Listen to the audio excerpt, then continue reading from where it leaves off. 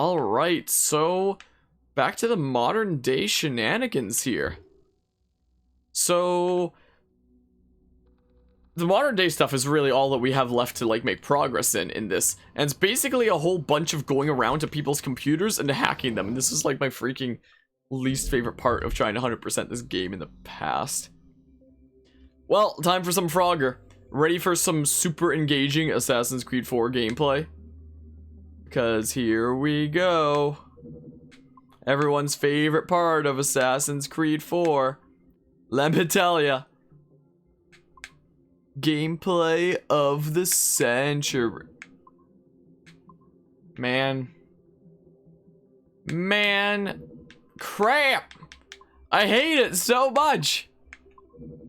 Oh my, why do you do this to me, game? Thanks, I hate it.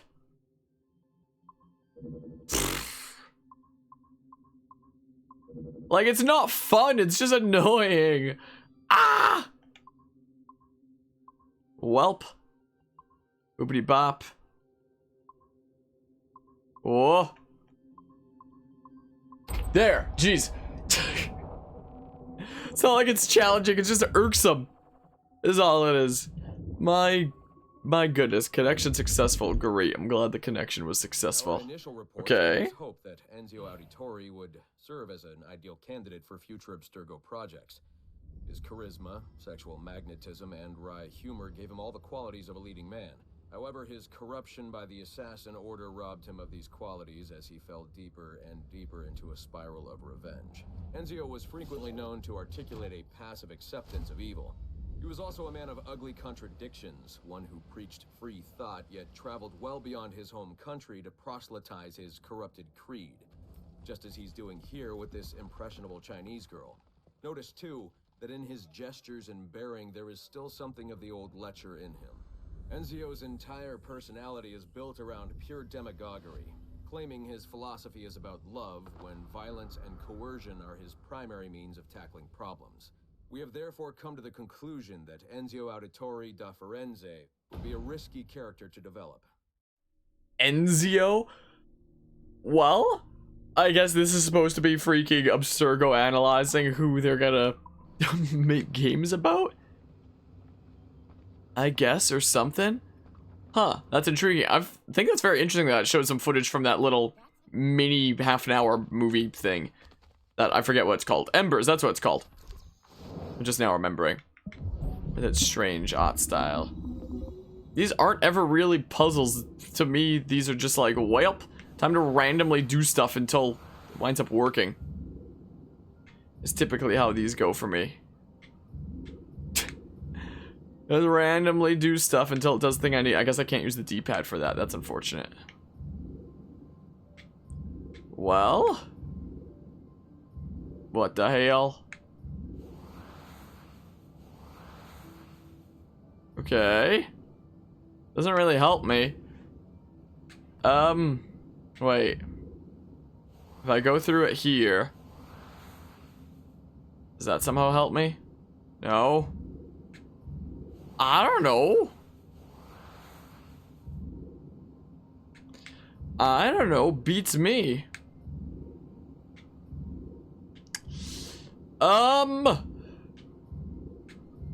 Like, it's not like it's a puzzle. It's just do things until something works. That's what it feels like. What it feels like to me, at least.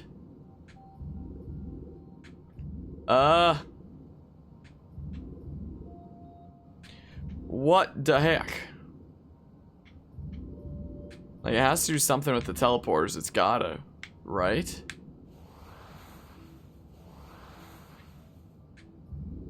Like, I don't understand. What the hell do you want me to do, game?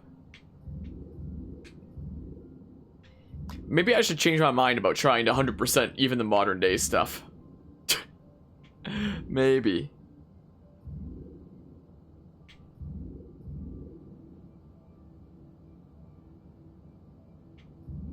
What the heck?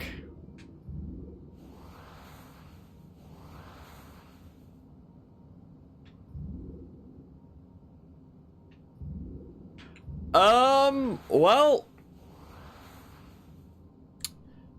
I'm dropping frames as well now, apparently, so I guess we now have a slideshow instead of a video. That's cool. Is that what I needed to do? That was what I figured I must have had to come down on that thing from, like, top or bottom or something. Why am I dropping frames right now?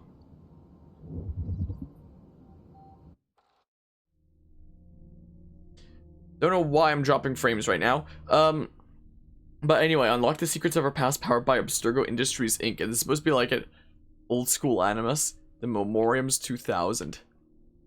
Computing makes mind reading possible. Animus 3000. Yada yada. And then there's the one from AC1 and such. Animus. Powered by Abstergo Industries. Thought we went through all that BS just to see that. You know? Oh, there's a sticky note, I think, that shows on the... Yes. Yes! Apparently. Take saturated fats and high fructose corn syrups, which poison us, and soy, which has been known to make men into women. Take computers, which count so fast that we cannot keep up. Nor should we, for we are an imperfect race of disgusting shells of tissue and bone, incomplete in and of ourselves. We must have masters to survive, so we must admit our masters. Wow, these sticky notes around the office sure are inspiring. I'm sure I'm glad that, like, Jeff or somebody is leaving them around. Oh no.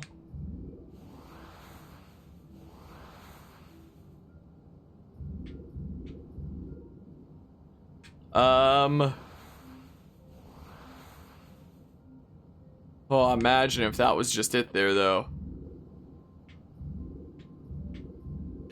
It's basically just randomly do things until it works. Is what this definitely feels like a lot of the time. There, it worked.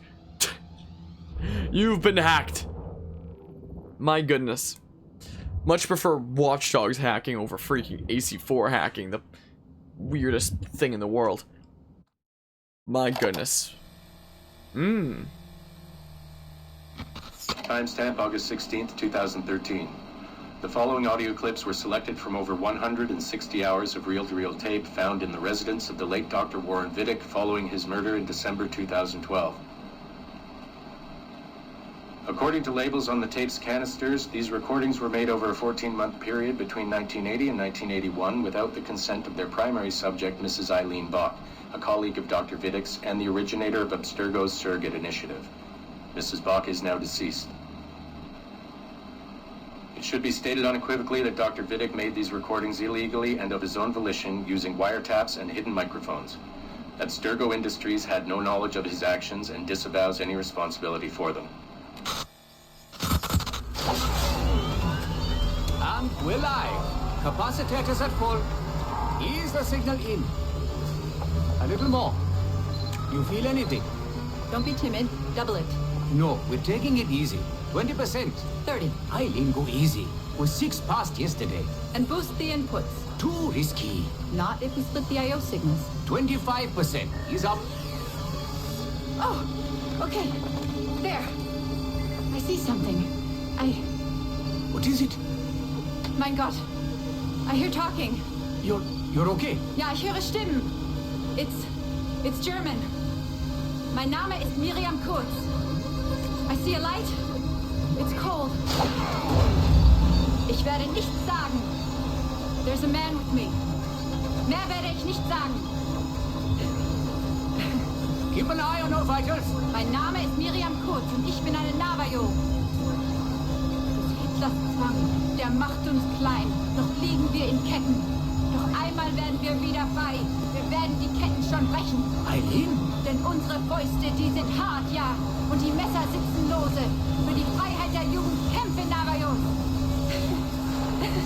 Switch off. Powering down.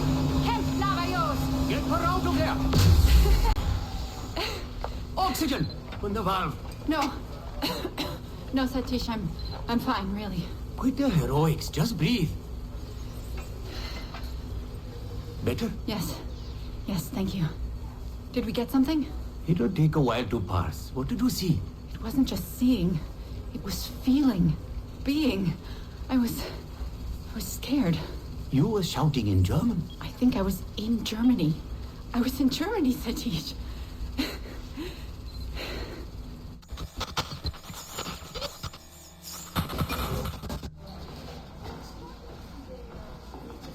Good morning. Well rested? Exhausted. Yesterday was an incredible find. Seems so. What did it feel like? It's foggy, but I relived the memories of a young German woman. Early 20s, I think. A man was interrogating me, looming over me and asking questions. He was shouting, but I was shouting back. And then this poem just came out, like a chant. Oh, fascinating. I'm eager for you to hear the tape. Is it ready? Yes, we transliterated the data onto an audio file. It took all night to process the language. Spool it up. Of course, have a seat. Judging by the subject matter and the setting, I'd say you landed somewhere in Germany in the 1940s, 1 or 2 generations back. During the war, I'd imagine. 1940s Germany? That would be Miriam Kurtz, my ex-husband's mother. So, she's not related to you in any way? God, I hope not. I'd hate to find out my ex-husband is also my brother. Well, if it was Miriam Kurtz, then we hit a home run. You tapped into someone else's bloodline entirely. Should we celebrate? We'll listen first. Surrogate Initiative, Test Session 23, July 29th, 1980. Host, Eileen Bach. DNA sample SB1970. It's a little garbled at first. This is you settling into the memory. Say it. My name is Miriam Kurtz. Louder. My name is Miriam Kurtz, and I am Nava York. Where did you last see the artifact? Who holds it now? I'll say nothing. I have told you all I will. I don't believe that is true. Who has the artifact? Hexler's dictates make us small, and we are bound in chains. But one day again, we shall walk tall. No binds will us restrain. Enough! For hard our fists, yes, and the knives at our wrists for you to be free. Navajos lay siege. Knock her away. Navajos lay siege. And that's where we pull you out. Whoa. What would it take to get a visual render of all that? Months, unfortunately. It took 13 hours just to process the audio. Visual takes much longer. But Vidic is able to record audio and visual in real time. How does he do it? His subjects are exploring their own genetic memories. That requires much less processing power. Hold on, sorry. Eileen here. Hello. You have 10 o'clock in Lillian's office. It's 10:13 now. Oh, shit. I'm sorry. Tell her I'll be right there. And tell her we have some good news. No problem. You in trouble? The monthly progress report. I'm trying to be honest about our progress, but no matter how much I polish our facts, Warren Vidic swoops in, promising the moon for pennies, and gets 10 times the funding for his Animus project. Well, we are using his Animus technology. He's the foundation. We are the skyscraper. Which is why he should be a tech lead, not a project director. Good work, Satish.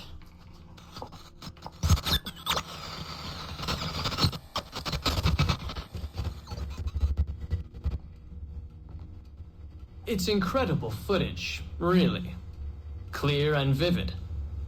And the subject was synced for a full 62 minutes.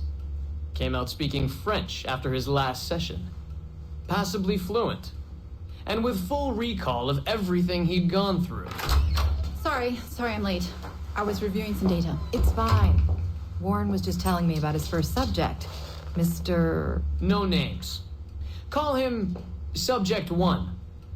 Confidentiality. And how about you, Eileen? What's your good news? Well,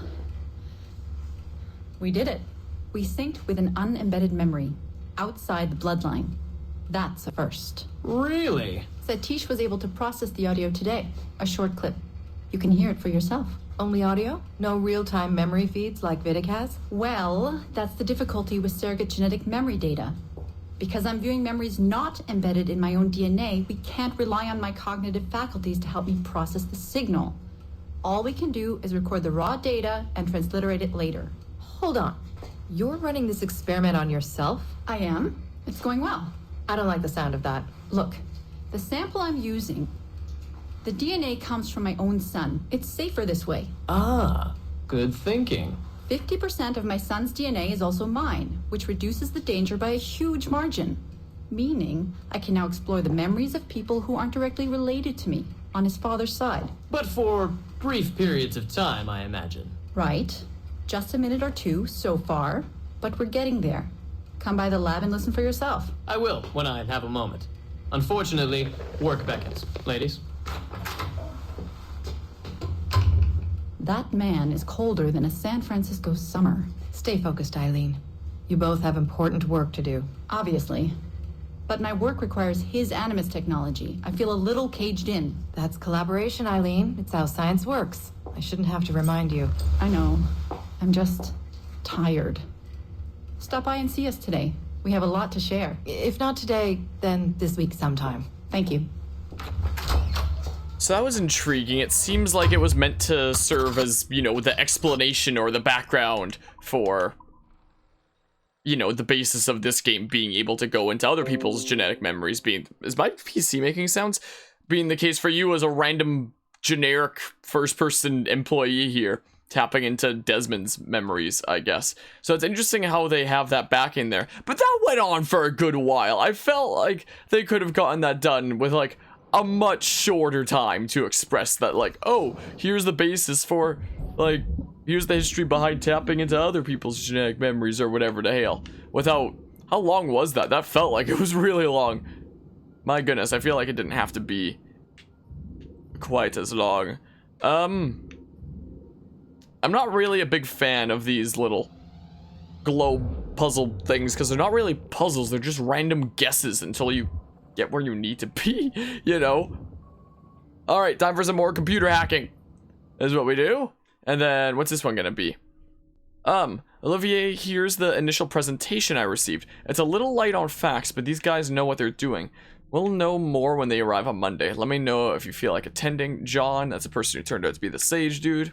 Why now? Why wait? Why Bloom? As the world's foremost innovator of high-tech, high-performance communications and security technology, Bloom stands poised to reshape the way we think about information security architecture, ISA, specializing in everything from mobile telephony to home computing to digital imaging processors to networking security systems. We take great pride in the fact that we helped create most of the markets we now dominate. And nowhere is our enterprise more apparent than in our flagship product, CTOS, a groundbreaking proprietary security software operating system. Oh, so Bloom and CTOS are one of the main forces that take place that are in play in the story of the Watch Dogs games. So I guess John or Sage Dude sent this to Olivier saying like, hey, we can work with these guys. And then I assume that's why Olivier went to Chicago and got assassinated by Aiden Pierce. Most likely. So what is CTOS? Confidential, privacy is security. Integral, how do we ever do business without it? Accessible, the touch of a button. Available, we're everywhere, all the time. Stable, it just works. Put simply, CTOS is the most stable and user-friendly software security controller ever devised. Can Abstergo afford to pass up perfection? The CTOS dream, the Bloom promise. 12 cities, 100 major corporations, 1,000 small businesses. For almost a decade, CTOS has served its clients' need with a track record unparalleled in the modern age. How do we do it? Durable, ultra-light HD cameras, ultra-speed fiber optic networking, proprietary facial recognition software, multiple fail-safe data centers, cloud-compatible intelligence sharing, 24-hour customer service, support and service. In short, we have everything Abstergo needs to protect its unique intellectual property, and more. The future is in Bloom. We look forward to working with you. So I assume that that's why Olivier went to Chicago and then gets killed by Aiden Pierce if you do all the criminal convoy missions in Watch Dogs. Like, when it comes to the modern state of Watch Dogs games, and like Watch Dogs is one of those things where it's like, I like, but I know that it could be like so much fleshed out and better and such. But I do think that it is really, oh, there's a sticky note. Another helpful little thingamabob. I do think that it's neat when companies do like crossover stuff between their things. Like the fact that Assassin's Creed and Watch Dogs take place in the same universe, and that, you know, Watch Dogs Legion will be getting you know, Assassin's Creed DLC some point in the future. Wow, how futuristic and innovative. I know, right? Hope you're doing well today, Palm. Do you know what else is futuristic and innovative? That our purpose is not ours to achieve, but ours to be received, given by her graces and instruction. Death to the false fabricators of pleasure and indolence. The old order must be restored, the new order destroyed. True Templars dedicated to order and stability and peace through the application of her iron will, and not through the dulling satisfactions of pleasure and indolence, but only if you order within the next half an hour. We'll include another pleasure and indolence or whatever the hell. Absolutely free. as long as you order within the next half an hour. Gosh darn, I hate these things. I mean, I hate all these freaking hacking thingamabobs. Anyway, I hope you're doing well hope you're doing well today, though. Ah! Oh. Ah! I hate them. I hate these so much. They're the worst. I didn't mean to go forward there. Whoops. Well. Okay. Oh. Oh. Oh, that was scary. That was real scary for a hot second there. What are we getting this time? Westeel can only hope to join this modern company. I know, right? Controversial and impulsive to appeal to a wide audience. Why is this one so much quieter than the last one? Show her brainwashed and trained to kill political foes of her highly unstable mentor, Agate. Additionally, Aveline spent a disappointing amount of time in the Louisiana Bayou. Dude, that frame rate. Of the lowest kind. Oh, I try never to think. Which we felt risked her appeal to our female audience, which is now approaching 50%. However, as Aveline matured, a new side emerged. A well-mannered and considerate lady of poise and compassion. Aveline came to embrace a new I love how there's still no shadows, just like in the original that we played. For the rights of slaves. Ooh, those eyes. With some editing to prioritize still no shadows. Relationship, we feel Aveline's story will more than meet our needs. Our team recommends a go on this property. Get this one to market quickly. Yeah, this one to market quickly, because the story of Liberation was supposed to be, it was like a game that was released within this world and stuff like that. Yeah, an ASMR presentation. Okay, the one that was like studying Ezio was about the same volume as like me speaking according to OBS, but for whatever reason, that one was like hella quiet and stuff. All right, so we have some thingamabobs over here. We just got to go around hacking things. And then this game is 100%ed. And then we move on to Freedom Cry, probably this sitting, which we did an entire playthrough of that one day that like my data was kind of corrupted and not working and stuff. But we did like the freaking joke speedrun of that. I hate these. I don't like any of the hacking mini games in this, I don't think. Ah, well, didn't even need to use the teleporty things. Sure. Well, at least that one was nice and fast. Like, the Frogger thing is just irksome. This thing is just do random guesses of movements until you get there. And then the whole wavelength thing is just, you know, doesn't need to be higher, doesn't need to be lower, and you get it eventually. Angel's mama says Count Rosenberg will take care of us now, so long as Papa and Uncle John work for him. Our home was big, but Trebonnis, a small town. Mama seems happy. Prague, 1587, 1608, see Elizabeth Jane Weston. Uncle John, everyone else calls him Dr. D, says that not all 5-year-olds can speak 3 languages or write as well as I do. I foretell a bright future for you, Lady Beth. Is this supposed to be like an account of like a previous sage or something like that in the lore? I like reading, drawing, and writing poems, but mathematics are hard. John Francis, my brother, is better at calculations than I am. He is 1 year older. Papa wants me to get the same opportunities as my brother. Oh my goodness, this is gonna go on for a while. He says I'm fortunate that not all young ladies have private tutors. I study hard to please him. We are fasting this evening, Master Kelly, Uncle John announces. Papa grins. I know what this means. They will be working all night again. Oh, I thought that meant they weren't gonna be eating. We are fasting this evening. After dinner, I run to the parlor and jump on Uncle John's lap. His beard, unlike Papa's, is all white and rough. I ask him to tell a story. There was once an ugly barnacle, and he was so... Uncle John makes everyone laugh, even Papa, who's usually so serious. He says they have to work now. Mama tells me it's time for bed. I pull the sheets over my head and listen to the low, humming voices coming from the study. I'm afraid of the dark, but not tonight, not with Papa and Uncle praying. The heck is this a image of? Honesty, Papa needs to leave now to earn money. I know about money. We need it to eat and purchase things. I do not want him to go.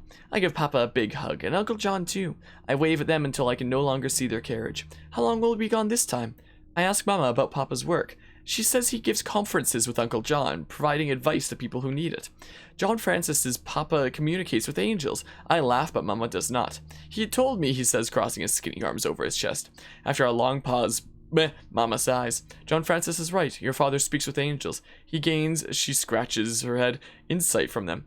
I ask Mama what an angel is. She says it is a being from beyond, a winged entity that lives with God in heaven. I do not know what she means. John Francis says only Papa can call angels. Mama nods, saying he has a rare gift. He uses a crystal ball, John Francis declares. So he's like a weird fortune teller? What? I seldom see Papa and Uncle John these days. They do not eat. They are oh, it did mean freaking fasting the way that they're fasting and spend most of their time in the study. I wake up with a start and pull the blankets to my chin. It is still dark, but I hear voices downstairs. Taking a deep breath, I sneak out of bed. I walk down the stairs, avoiding the creaking ones. I fear monsters will jump out of the shadows, though Uncle John assured me he banished all the monsters from our home. I tiptoe to the door of the study and put my ear upon it.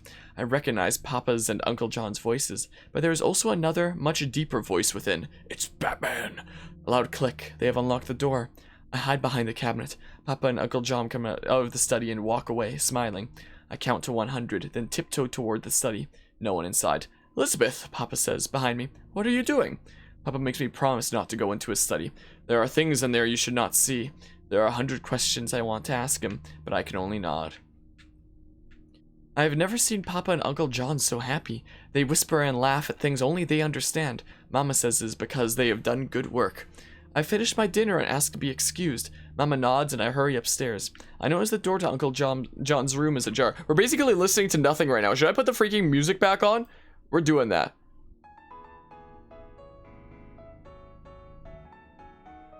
I hurry to the door, holding my breath. I peek inside. The room is sumptuous. Uncle John always says Aunt Jane has good taste, and he is right.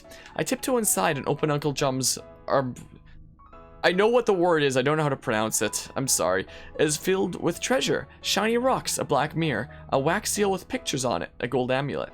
Ignoring everything else, I pick up what looks to be a globe packed in cloth. Could it be the crystal ball John Francis mentioned? Quickly, I unwrap it. Also, this that's playing right now, in case anyone wants to know, is a Cumulatown from Pokemon Black and White, remixed by Vetrom. Sphere's heavy and feels warm in my hands, is made of the shiniest gold. On its surface, I see a reflection of my face and Uncle John's? Uncle John grabs the sphere and puts it inside his doublet. I shiver, but he smiles. You should not be playing with things you cannot comprehend, Lady Beth. Is that supposed to be the freaking Apple sphere thing from AC3? We have been in Trebin almost 2 years now. We are happy here, happier than we have ever been. Papa continues to work while Uncle John is away. He keeps to himself and barely addresses us during breakfast, but at least he is eating now. I'm feeble today. Mama says I have a fever and tells me to stay in bed. I sleep all day and most of the night. I awake famished. I dislike the night, but I'm not as afraid of it as I used to be. I get out of bed, careful not to make a sound. I do not want to wake anybody up. Listening to this music with it is so strange. But we're jamming. Is the thing though. Let's see here. A pale light emanates from the study. The door is open. Papa never leaves the door of his study open. I creep toward the light on the tip of my toes. I sneak a peek inside. Papa leans over a table, reading a book. It has an odd silvery tint. Papa suddenly mumbles an incomprehensible string of words and numbers. Papa sprinkles red powder on something on the table. I did it! His wide grin deforms his face. I did it! He picks up a lump of gold. Alchemy? Yeah, Cumulatown. We're just gonna read some... I don't know what exactly we're reading right now. Some story from forever ago. I don't know what importance it has to the lore, but we're just gonna listen to a Cumulatown in the meantime. How are you doing today, Cam? Papa's guffaws make me shiver. His voice is deep and he speaks words I do not understand. I hurry upstairs and crawl into bed. Yeah, we're getting lore. We're getting like this kiddo's story from like the 1600s, I think it was. But like, I don't know how it connects to like, you know, the stuff that we have here. Haven't heard someone say guffaw in a while. I've never heard that word. What is it? I notice Papa and Uncle John in the distance. I pick up my dolls and hide behind the tallest oak in the garden. I try not to laugh as they walk towards me. It's laughing but cooler. Like, is it like a gruff kind of laughing in that case or something? I don't know. Papa tells Uncle John that they should change the name of their work, that they should study alchemy and stop wasting their time with angels. Something that is very interesting within the world of chemistry is like, alchemy for such a long time was one of those like, it's like a full belly laugh. Gotcha. For a long time, alchemy was, and thanks, Cam. For a long time, alchemy was just seen as like, you know, the kind of thing that's like only fools pursue alchemy because there's no way to change one thing into another, and they're just like, they're so full of themselves and they're all just like out of their minds and stuff like that. So it's really interesting in the world of chemistry when when chemists actually figured out that you could change things into other elements, I think it was in one of my science classes that we heard about this. Like, some of the first few chemists who discovered this were like really, really scared about presenting this because they were afraid that everybody was going to call them alchemists. Is the thing. I'll use clams and rocks to make gold. Yeah, I mean, that's definitely more of like the alchemy kind of thing that, you know, isn't how it would work in, you know, actual life and stuff like that. But when it comes to actually changing elements into other elements, early on, chemists were so afraid of, you know, speaking about it because they just thought everyone would think that they were just like crazy alchemists and stuff like that. Alchemy is badass, is it now? But it is honestly quite fascinating that you can like change elements or, you know, make elements and stuff like that. Like, for example, if you have a massive particle accelerator, you can in theory create gold. It's just gonna be at like such a small amount that it's not really gonna be worth the effort. Like, it's not gonna be enough to like pay off the cost of making that gold in the first place. So like, it's not like it's practical, but it's still so cool that it's possible, you know? But yeah, also be scared of being called witches, maybe. I noticed Papa and Uncle John in this is I already read that. What am I doing? That they should change the name of their alchemy and stop wasting the time with angels. They pass by the oak. The book has boundless potential. Look at this book. It's called Clifford the Big Red Dog. Papa says, I need your help to unlock its formulas. I poke my head out. Uncle John frowns. We could work at the Imperial Courts, Papa continues. Producing gold is only the first step. Uncle John turns to face him. I hide again, hugging my dolls. You should not fiddle with this book, Kelly. I almost failed to recognize Uncle John's voice. You cannot imagine the evil it contains. It holds more than just Clifford the Big Red Dog. Papa protests, but Uncle John interrupts. Your associate, Master Huze, the one who gave you the book. I dealt with him before, long ago. He cannot be trusted. He stole my limited edition Charizard card. Papa says they could be rich beyond their wildest dreams. I take a quick glance. Uncle John shakes his head. No, my friend. The book will destroy you. The power of Clifford the Big Red Dog is too strong. Mama is in her room, crying. She has barely uttered 2 words in days. I suspect she has not even spoken to Papa. She has been avoiding his gaze.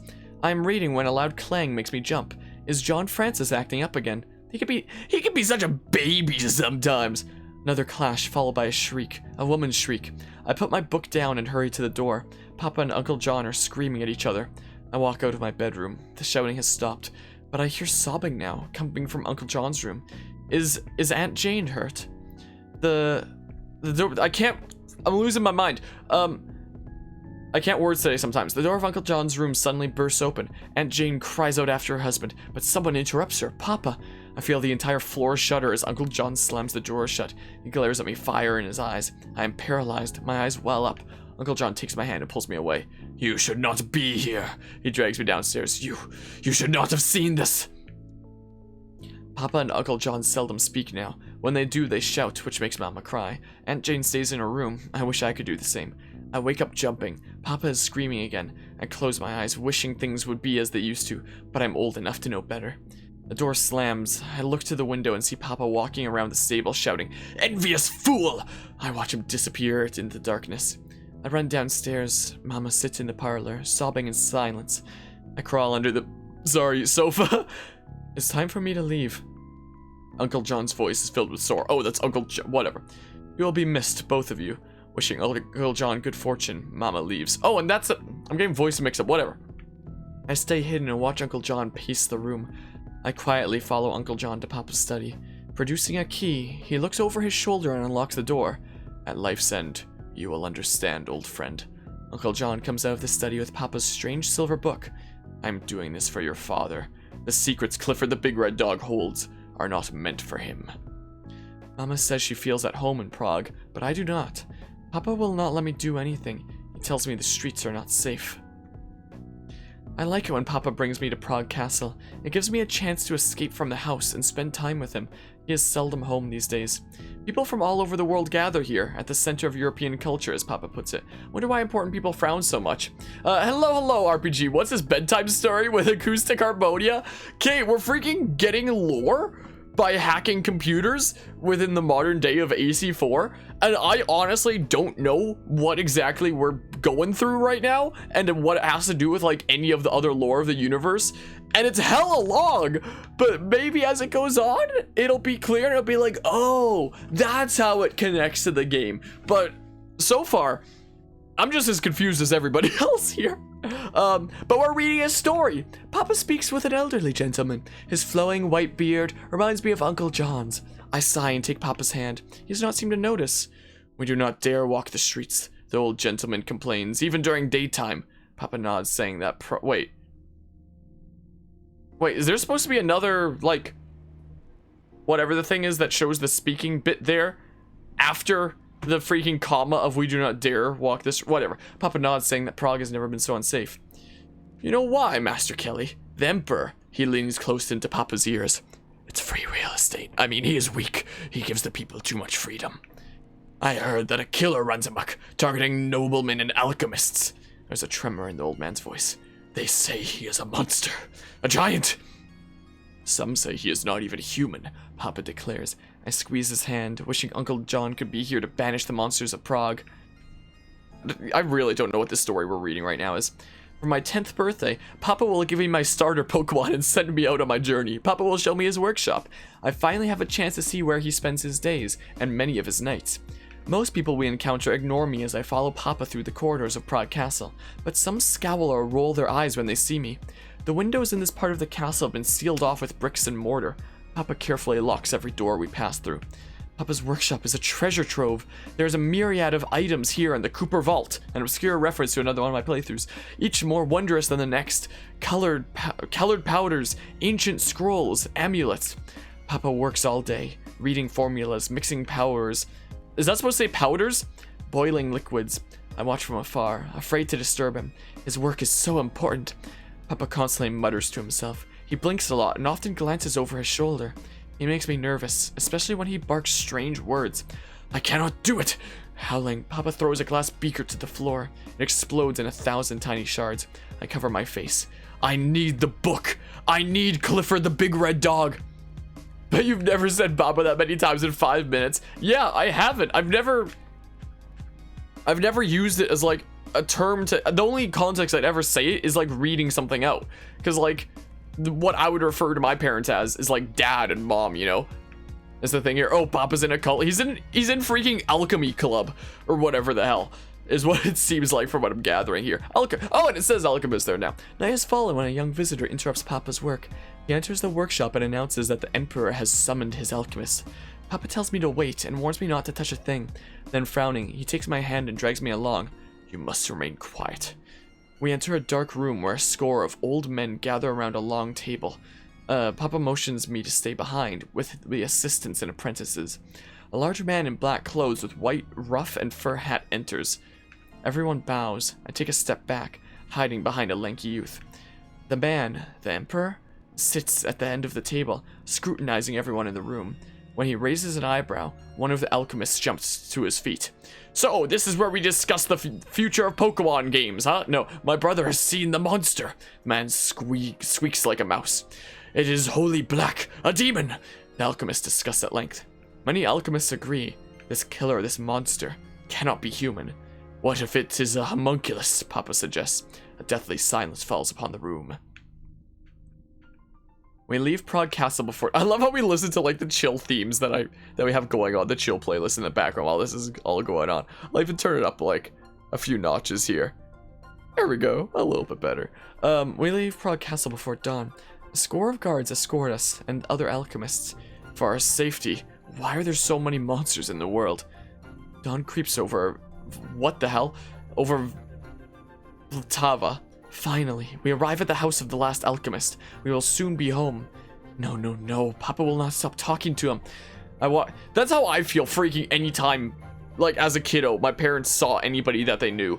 Whether it be like while exploring out at the village where we have a lake cabin, or seeing somebody they know at the grocery store. It's like, well, time to like not leave for 3,000 years, you know? I walk into the alley next to the man's house. 2 steps into it and ouch, I bump into an invisible wall. White eyes appear in the darkness. I see it, the silhouette of a giant. Marks cover the monster's pitch-black forehead. No, letters. E-M-E-T. I stare at the white eyes. What are you? I have been called many names. Among them, the most frequent was Bob. The monster's voice is strange, guttural. Here, they call me Golem. And the tricksy hobbitses keep tricking me! Papa shouts, guards run towards us! You have just saved your father's life, little one, it rasps. Golem runs towards the river. I see it clearly now, a gigantic body, black and sinewy. The monster jumps into the river. I follow. Sorry, I'm not doing my kid voice anymore. Papa and the guards behind me. I observe the water, perfectly still. Not a hint of Golem. Oh, you tricksy hobbitses will not get me this time! I don't know why, whatever. That's not quite how Golem sounds, but... We have never discussed Papa's imprisonment, not one word about it in over 3 years. Now that John Francis is away, I alone must care for Mama. Yeah, let's listen to some chill Diamond and Pearl remixes here in the meantime. Papa will be released from prison today, but Mama worries. She says he has one last chance to satisfy the Emperor's expectations in a dance-off. Standing in front of the house, I hold Mama's hand. My heart beats quickly as I behold Papa's carriage. I forget to breathe when it stops 2 paces before us.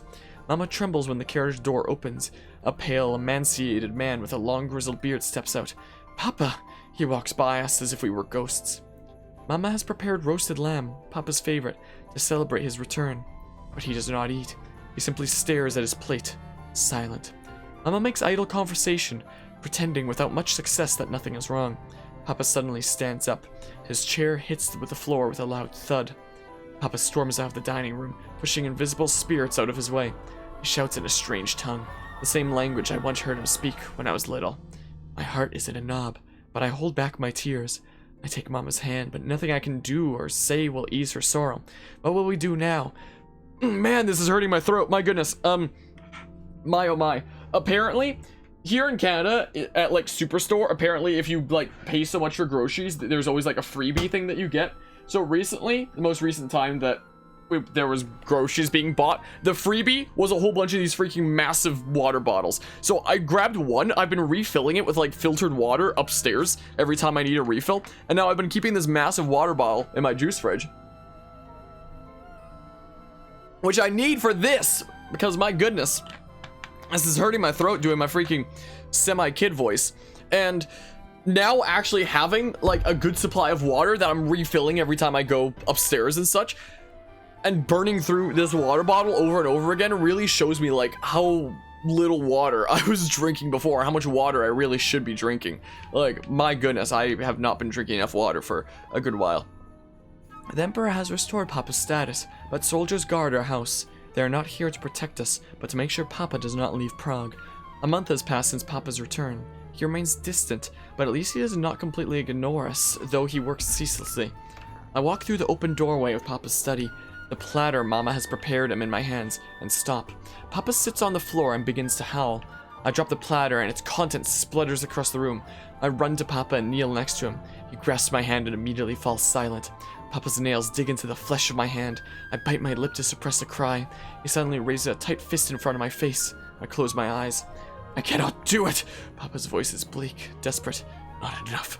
Not even a handful left. I look at him, tears run down his ashen face. Hi, silly doggy. Oh, that camera's on the doggy cam, so I can't show you here. Hold on. Can I? Ah. Hold on. Hi! Slowly, as if revealing a priceless treasure, he opens his fist. In the palm of his wrinkled hand is a tiny bit of red dust. Curse you, D. Hi! Also, sorry that I didn't read that before. But yeah, so now you wonder how I played Skyrim, and have you read all the books in there? What, from like all the reading that I'm doing here and such? I do own Skyrim on the Switch. I picked it up before I was a content creator, because I believe it came out towards the end of 2017, and people have been recommending me to play Skyrim for a long time. I put probably 10 hours into it or something like that, and then started playing other games and such. And then for the stream here, I have a total of 1 sitting in Skyrim on this channel, because there was a charity event that I did where people could request what games I played for like 1 hour time slots if they donated for like the charity that I was fundraising for. And I believe it was Anima, I think, that queued up Skyrim for me. So on my YouTube channel to this day still exists a single almost exactly 1 hour sitting of Skyrim, and that's it. Hi. Hi, silly doggy. So, I don't think I've done any reading in Skyrim before. I have very little time in it. But yeah, there's that. It is one of those games that I probably would do like a playthrough of on the stream eventually. Like, just for like the memes and see what happens in the wacky adventure. That's all you need, Cabbage, is the 1 hour confinement. Yes, Doogie's going. Papa works without rest, even though he keeps saying he has already failed us. He's not slept in weeks and he barely eats. He's but a shell of the man I once knew. I don't know why extended talking makes just random burps like come out in my throat. Like when it comes to all the video essays I record, you don't hear it because I edit it out. But when I go through my freaking scripts that I put together for my video essays, for some reason extended speaking of reading something out just like makes me stumble in words and my throat just not work and want to randomly burp for whatever reason. Mama shakes me out of my dreams. Elizabeth, soldiers are coming. I do not react immediately, for I am used to soldiers guarding our house. I look outside. There's a column of young men in uniform in our yard. The torches cast dancing shadows upon their faces. Monsters of Prague. I open the front door. An officer and 6 stern-faced men step inside. The officer clears his throat. By order of... No! Mama darts forward, tears streaming down her cheeks. I hold her back. You cannot take him away. You cannot! Not again. Soldier's eyes widen. Papa walks towards us, his face twisted in a demonic grimace. He murmurs a prayer in the strange tongue only he seems to understand. German. No, I'm joking. I'm joking. I wanted to make a joke or something quickly that came to mind. German is the only other language I could speak in addition to English. I briefly tried to learn Spanish in high school, but like, I sucked at it. The officer tries to reason with Papa. Howling, Papa jumps on him, clawing at his face. A soldier strikes his head and he falls. Mama wails as they take him away. What is this story? I'm 16 years old, and some of the guards in Hinyevid Castle have taken an interest in me. They insist on making conversation every time I visit Papa. None of them interest me. Most are boorish cretins. Others are more bedraggled than hogs in mud-filled stees. But I always smile and remain courteous. I take a deep breath when, in the distance, I spot Hinyevin's, tower. I try not to think of the babbling louse I will have to confront before seeing Papa. What is this? A cross at the top of the tower. I walk more briskly, then my heart stops. Papa! He stands on the edge of the tower, arms wide open. I run toward the castle. I see Papa clearly now, a skeleton in tattered robes. He stares at me. No, not at me, but beyond. You have come! Wait. Sometimes there's like the, speaking marks. Sometimes not. Free me, divine messenger, free me. Papa raises his hands to the skies of praying. Heavenly guardian, guide my fall. He jumps off the tower. I support Papa's broken body. He bleeds profusely, but holds my gaze. His demons no longer haunt him. D was wise. He exhales his last breath. News of Queen Elizabeth's death reaches Prague. The Virgin Queen, after which I did read that right. After which I have been named, has passed away 1 month after my wedding. A knock at the door disturbs my thoughts. I lift my head from the blank page on my desk and put my quill down. Come in. Johannes, my husband, steps into my study. A tussock of raven hair brushes his face as he lowers his head. How remarkably formal of him. He apologizes for disturbing me while I work. I frown, feigning annoyance, but fail to suppress a thin smile. I seem incapable of writing today. That's like me every day I try to work on anything for uni. Johannes' face lights up. His thumb absently caresses the ivory handle of his cane. A package has arrived. It is addressed to Lady Beth. Lady Beth? Only Uncle John calls me thus. I've not heard from him in years. I run out of the room and hurry down the stairs, as I used to when I was little. Ignoring the letter accompanying the package, I quickly peel off the layers of cloth covering what I assumed to be a framed painting. The painting depicts the Virgin Queen, 2 ladies in waiting behind her, standing in front of 3 goddesses. How thoughtful of Uncle John! Aww, what a sweet gift of Uncle John! What a thoughtful guy. Johannes and I stare at the painting, mesmerized. Magnificent! My eyes fixate on the verse engraved upon its frame. Johannes contemplates every last detail, every tiny stroke, every subtle hue. Master Johannes Leo, husband, jurist, and connoisseur. See what magnifique! See what lies on the ground, Johannes points a finger. First at the golden scepter, then a quiver of arrows, and finally at fallen roses. Juno, Minerva, and Venus. Johannes shakes his head, laughing quietly. You not expected me to answer. You should know better. Or Hera, Athena, and Aphrodite. Johannes's nose is 2 inches from the painting, the 3 goddesses whose beauty Paris judge. I remember the story well, having read it several times. This painting is an allegory, my husband says. I suspect otherwise, but do not contradict him. There's something familiar about the painting. Is this, yes, the Golden Orb, identical to the one I found in Uncle John's room when I was a child. So is that orb supposed to be like the same orb apple thingamabob from AC3? Or something like that? Like, what does any of this have to do with Assassin's Creed? This is so long! I sit in my study, alone, staring at the painting Uncle John has given me. My hands tremble as my fingers brush the edge of the dry wax sealing his scroll. Like, how much time do they build, like, story building for an obscure story that you get to read if you hack a random computer in this game? I carefully break the scroll seal and unroll it. I immediately recognize Uncle John's penmanship. Mom Gay. No, I'm sorry. Lady Beth, it begins. I smile, for I'm still fond of the private name Uncle John used to address me. Fairest and most noble of poetesses, please accept this humble gift from your not-so-humble friend and mentor. Uncle John is much more than that. He is family, a second father to me. I hope you'll find it a fitting tribute for your betrothal. I laugh quietly. I'd never expected to receive such a splendid gift. If you observe the composition, you will surely recognize the trinket you once unearthed in my chamber. The Golden Orb, I knew it. You may think this picture a riddle, an allegory, an artist's fancy. It is not. The object in the hand of the fairy queen is real. So is its power, and so are the goddesses. Data stream terminated. What did I just read? So, I assume, like, this painting depicts, you know, the kind of ancient civilization nerds that are in the lore of Assassin's Creed, and shows them. So how is this relevant? So if I had to make my best guess, the painting shows, you know, the 3 kind of big characters that are like from the civilization before in the lore of Assassin's Creed, and it shows them with the orb that's like the weird orb apple crystal ball thing from Assassin's Creed 3, which I assume is that thing that, like, you know, Connor's village elder uses, and then he communicates with Juno later on. But, like, what was this about the freaking giant or whatever the heck this, the golem is what it was. What was this about golem? What did that have to do with anything? So, like, this,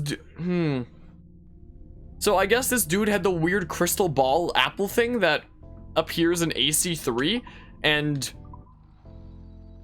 was exposed to, like, its knowledge and stuff like that, and was driven mad by it and tried to pursue alchemy through it and stuff, or something like that. I don't know. Take the cinema, which gave us light. These are probably meant to be read in order, but, like, whatever. Take the cinema, which gave us lies, as a man once said 24 times per second. Take the phonograph, which preserved noises which ought to be ephemeral. Take the television, which is obviously stupid. Take video games, which are secretly stupid, and you all know you wish there was more pornography. You know you do. Is freaking Kevin leaving sticky notes around the office again? Unbelievable. Screw it with her colleagues. Doubtful. Well, these sticky notes are certainly something, aren't they? Well, we got more things to hack and stuff. Hack and slash. Is Assassin's Creed 4 a hack and slash game? Because when you're playing as Edward Kenway, you're slashing things. And when you're playing in the modern day, you're hacking things. So it's clearly a hack and slash game. Remember that our relentless, impertinent hollow drive to achieve everything our forebears did has led to many embarrassments and disasters: nuclear weapons, super viruses, genetically modified, poison food, toxic air, plastic, C-rack, and C-spawn, and the list goes on, and you can look it up for yourselves on the internet. But all this too had a secret purpose in the end. What, to freaking make the world a shittier place? Basically Watch Dogs, but you don't slash in Watch Dogs.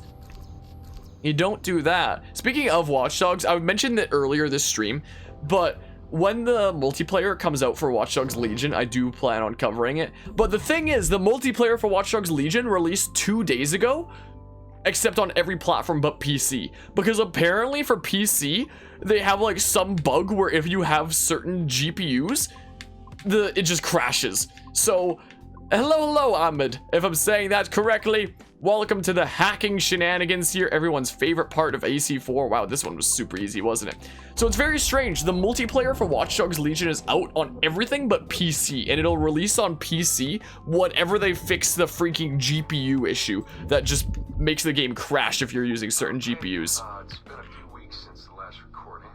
Sorry about that. Of course, I guess it's... Wait, this is... Hold on. Wait.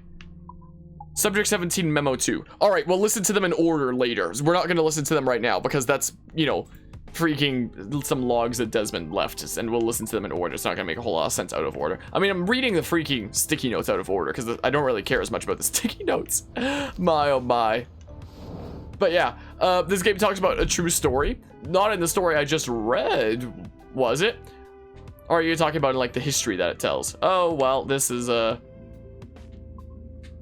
certainly something, isn't it? Well, guess we go here. And then we boopity bop. Just slow and steady here. I wonder if there's like 100% speed runs for Assassin's Creed 4 that would involve stuff like this, you know? I do wonder.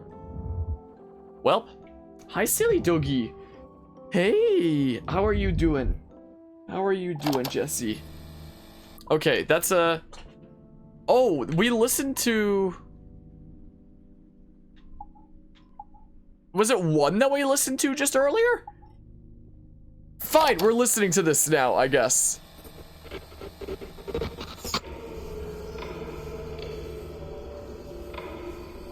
I have now resumed the practice of dressing as a man, and have put off my woman's dress. Why did you take it? Who made you take it? I took it of my own free will, with no constraint. I prefer a man's dress to a woman's. Yeah, it's 2021. You swore to never again dress as a man. I never meant to swear that I would not resume the practice. Why have you done so? Because it is more lawful and suitable for me to return to the practice of wearing a man's dress, being always among men, than to have a woman's dress. I have resumed it because a promise made to me has not been. How is he? Our 3, doing well. Are we still in 18th century Hungary? No. His connection is so stable, he's jumped between a few ancestors today. We're in 15th century France now. Turns out he's related to one of Joan of Arc's executioners. Surprise. Eileen, yesterday Vidic asked me to help him work out some of the bugs in his audiovisual renderer, and I told him... No. Come on, Satish, not you. It wouldn't be permanent. A few months at most. Months? That will kill every ounce of momentum we have. It won't, I promise. Honestly, I think this could help us. If I can get a look at what these people are doing, we could... Come on. He's trying to pull you over to his side. Don't you see that? He's luring you with quick victory and prestige. That's not what this is about, honestly. I need to get back to work. Eileen, I'm sorry. Do what you must. I'll survive.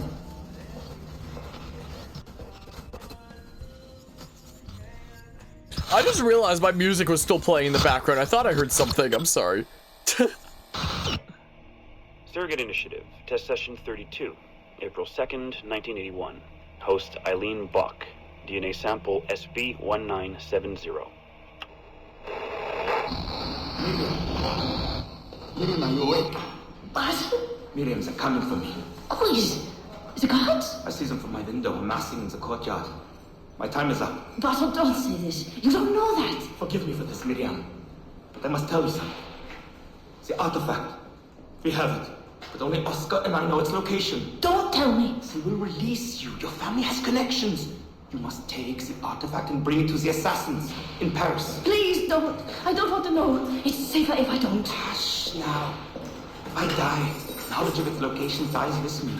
You must bring it to the assassins. Assassins? I don't understand. The spire of St. Petrus. No, I don't want to hear. Cell 7!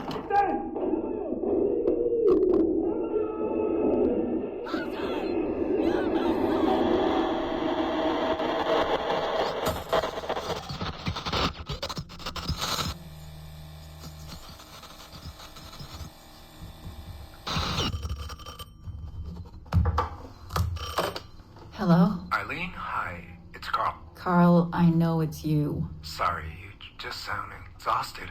Did I wake you? No, I've just been busy. It sounds like it. I'm just a little tired, that's all. No, I mean, your project sounds fascinating. Your colleague, Dr. Warren Vidic, he called me recently and he told me what you've been up to. He what? Warren? Yeah, he told us about your research, memories, ancestry, all of that. He even asked if we'd be willing to come in and... No! Jesus, no! What the hell is he doing? Eileen, it's okay. We signed some papers, non-disclosure stuff. No! He's trying to fuck me over! Damn it! Eileen, we just talked about my mother, just like you and I did. World War II. That's all. It's the artifact. The what? Carl, if he calls you again, you tell him you work through me, okay? That's it. Vidic has been a pain in my ass for years, and I don't need him getting all the glory for my 2 years of hard work. All right. So how should I go about this? I mean, the wheels are in motion. I don't know. Just go through me if he contacts you again. Please? All right. You'll do that? Of course. Yes. Thank you, Carl. I'm sorry I was short with you. I've just been exhausted. That's all. It's all right, hon. Just take care of yourself.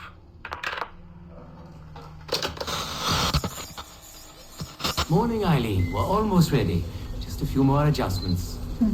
Okay. I had the team do some research on this artifact we've been chasing, and it appears the Third Reich actually found something matching its description sometime in 1940. Eileen, are you all right? Sorry, yeah. I'm fine. Just a little scattered. Vidic called my ex-husband last night. He wants to put him in the Animus. To find the artifact before us? Exactly. Well, it would be faster using Vidic's Animus. And maybe that would get us back to our original work. Satish, if we let that happen, then all our money dries up. Lillian is paying for us to find the artifact, not improve our methods. Do you understand? Right, of course. I'm sorry. Let's just burn those bridges when we cross them. Are we ready? Yes, just a few more adjustments and you're in. I made a small change to the genetic input modulator. I'm hoping that buys us a few more minutes. Even a few seconds would be nice. I'm ready. All right, settle in. These Subject Zero audio files are like really, really long. I thought it ended.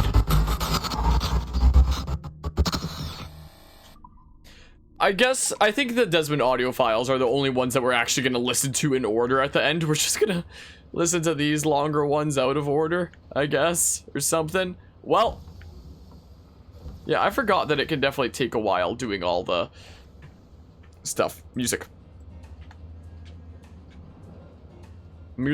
I guess we can turn it up here generally. Like, we had the music really quiet before. Let's do something more like that. It should make it louder on the stream as well. We'll see.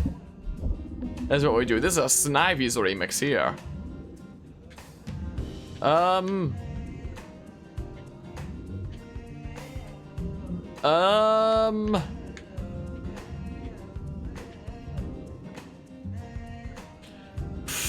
don't know.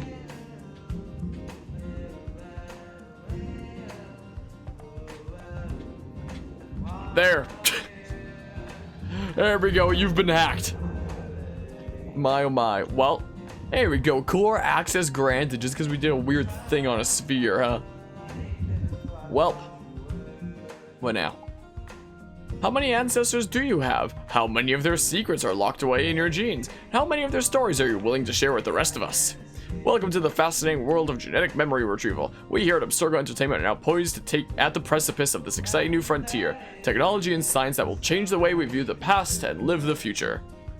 In the coming year, we'll be opening studios all across the world dedicated to a single purpose, collecting and archiving the stories locked away in human DNA. And we need your help. We're looking for courageous men and women to donate their genetic materials to our historical research teams and help us make history. Donate today! Oh, and there's that thing from like the cubes in the main game. So join us, Abstergo Entertainment, where the past is our playground. That was much shorter and easier to get through, wasn't it? So we have some compoopers over here. This is what we've got. We'll go ahead and do some more hacking. Ah, man. Man. Oh, they're done. Just randomly. Okay, well. Welp. Core access granted. Doogie's tired.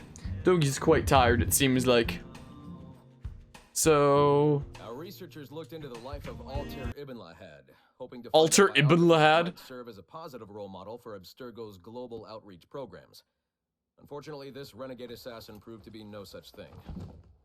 In much of his footage, we see a man gleefully flouting some of his culture's most entrenched taboos with an arrogance that borders on messianic.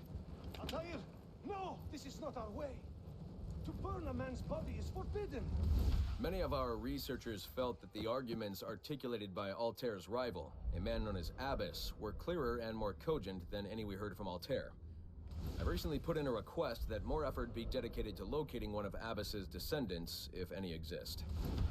It's clear to us that Altair's transgressions were the primary motivation behind the ultimate dissolution of his despicable order by the middle of the 13th century. We therefore strongly recommend a pass on this property, in favor of a more agreeable and inspiring figure from this era. Because Abbas is so much better. Music!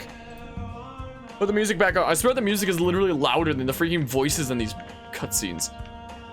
That's what it seems like. Well, I have a sticky note over here. So let's go ahead and do that, I suppose. I mean, I guess I also have like the game sound turned way down. I'll turn it up a decent smidge then. Like, I had it adjusted for Bravely Default 2 recently, I believe. The machines we shaped us in turn took hold of our impulses and minds, small as they are, and gripped us like an Iron Maiden, bleeding us empty. It was our poor understanding of our origins that led us to originate tools we were incapable of understanding or controlling. As if the cotton gin was not enough, and one day our sweaters and undershirts might talk to us, as if this were not enough. Okay, well. Thanks for the heads up. Do I really want to do all these? I kind of don't. Like, we've started now, so I mean, may as well see it through to the end, but like, you know, I'm not having fun with this in the same way that I would with, you know, exploring around the 7 Seas with Edward. You know? This feels like tedious. Oh, cool. Cool. You've been hacked. Neat. Well, I guess we're just gonna be doing this for a while, but I'd be lying if I said I wasn't getting bored already doing this. Oh no, not another long story. Oh, it's not another long story. One of history's most overlooked leaders, Madeleine de Liste, freed hundreds of slaves and brought them to sanctuary in a tropical haven whose construction she oversaw personally. Brutally cut down at the peak of her career by Aveline de Grandpré, the orphan she rescued from a broken home. Madeleine served as Master Templar in the southern colonies from 1764 to 1777. So she's just like the final boss of Liberation. My least favorite Assassin's Creed game well, there was the DS games and stuff. Hello, hello! There, Anima. Where the F is Ohio? Good question. Wait, are these the freaking... I love how canonically, the only freaking Assassin's Creed game that's supposed to like exist within this universe is Liberation, yet we literally see like AC3 and Liberation like right there. Like what the heck, and what does that say? That's also another thing with Connor, it just has Assassin's Creed on it. There's Assassin's Creed 4 Black Flag. Assassin's Creed, DNA studies. I assume that this isn't canon, it's just supposed to be an Easter egg. Probably, if I had to guess.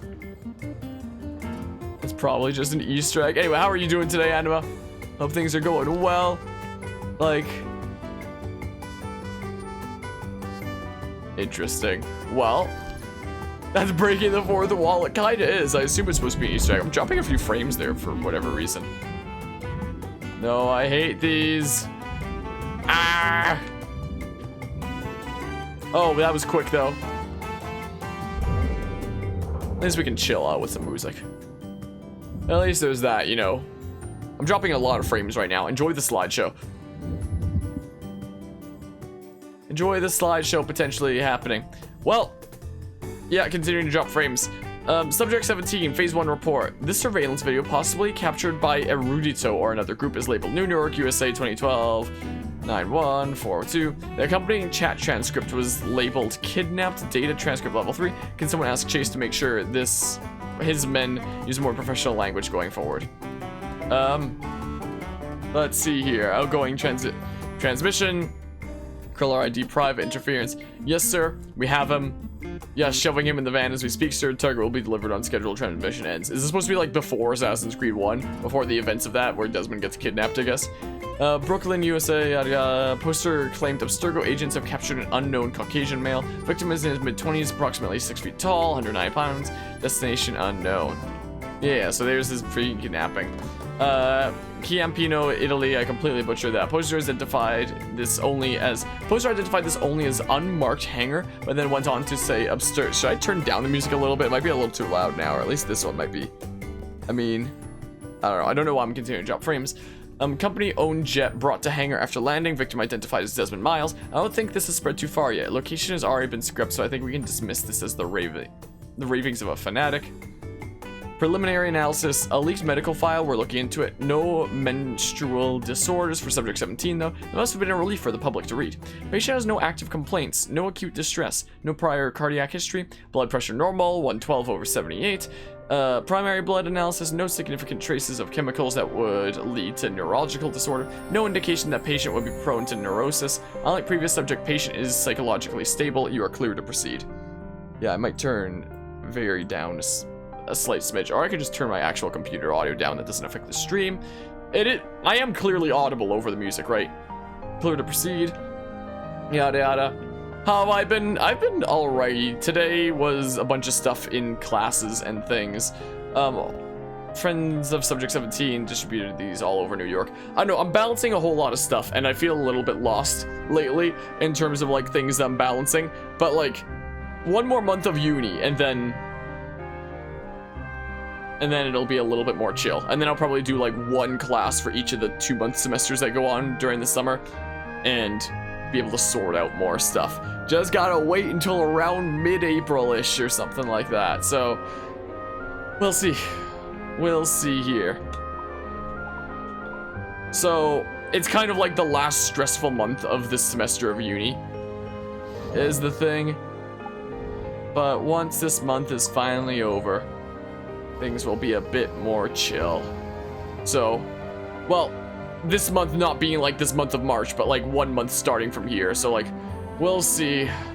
We'll see what happens with that. But I don't know. I've been in a weird mental state slum thing lately where I don't know what the heck I'm doing.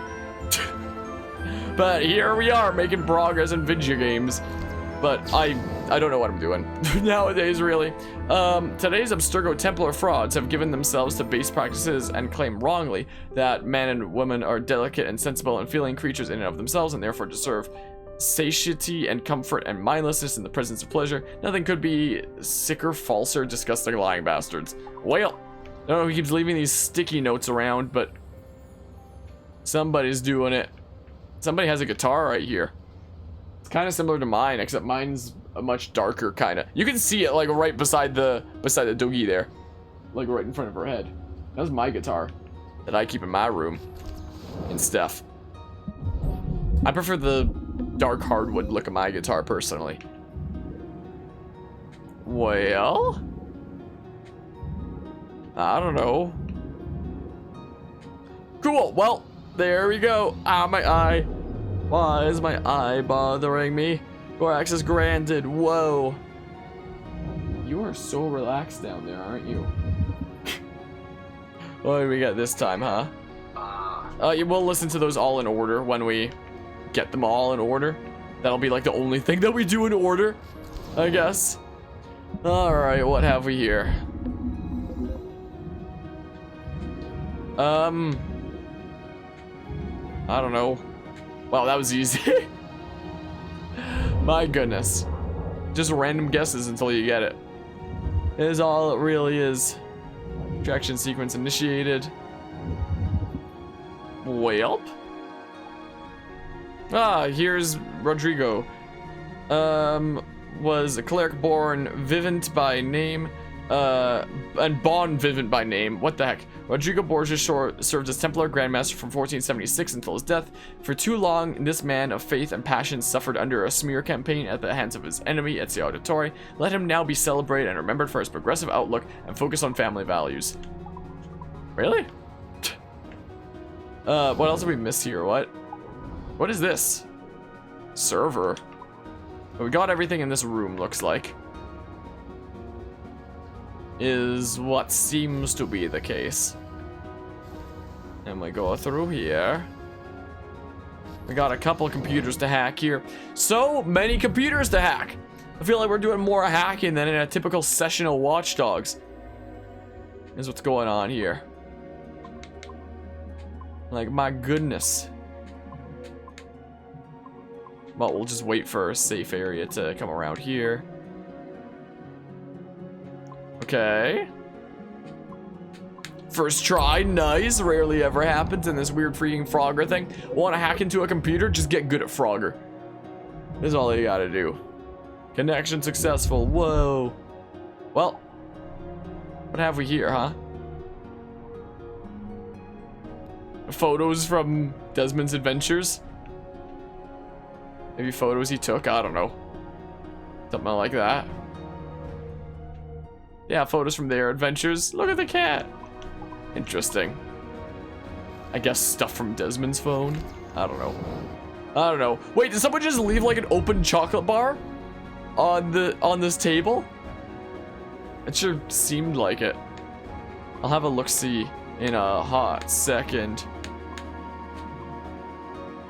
Come on, first try. Yes, you love to see it. You love to see it. Just get good at Frogger. And you can hack any computer in the world easy peasy. Let me tell you. Connection successful. Okay. That's memo 1. We'll listen to them all in order when we for sure have them all. But yeah, someone is there. What, in the office here? How, what? Look, a little chocolate bar. And a really low-res wallet. Well, I mean, this is a 2014 game that's also being run on the Switch. There's another Assassin's Creed 4 thing there. Assassin's Creed Black Flag. Oh, look, another sticky note that, like, Kevin or someone is leaving around the office. Being that is well understood that tools, homes, cars, cutlery, pencils, tables, books, chairs, domesticated animals, light bulbs, mobile phones, sex toys, vacation homes, sofas, lounge chairs, swimming pools are indirect byproducts of our genotypic expressions, otherwise known as extended phenotypes. I have no idea what the hell, but I cannot agree more. Absolutely, whatever the heck that means. I don't have a clue. There's another computer to hack right here, looks like. Let me hack. There we go. Let me Frogger it. Can I Frogger it real quick, maybe? You gonna let me Frogger? Sweet. Boop. Sweet. Okay, definitely getting better at the whole freaking Frogger madness, to say the least. Definitely getting better at those.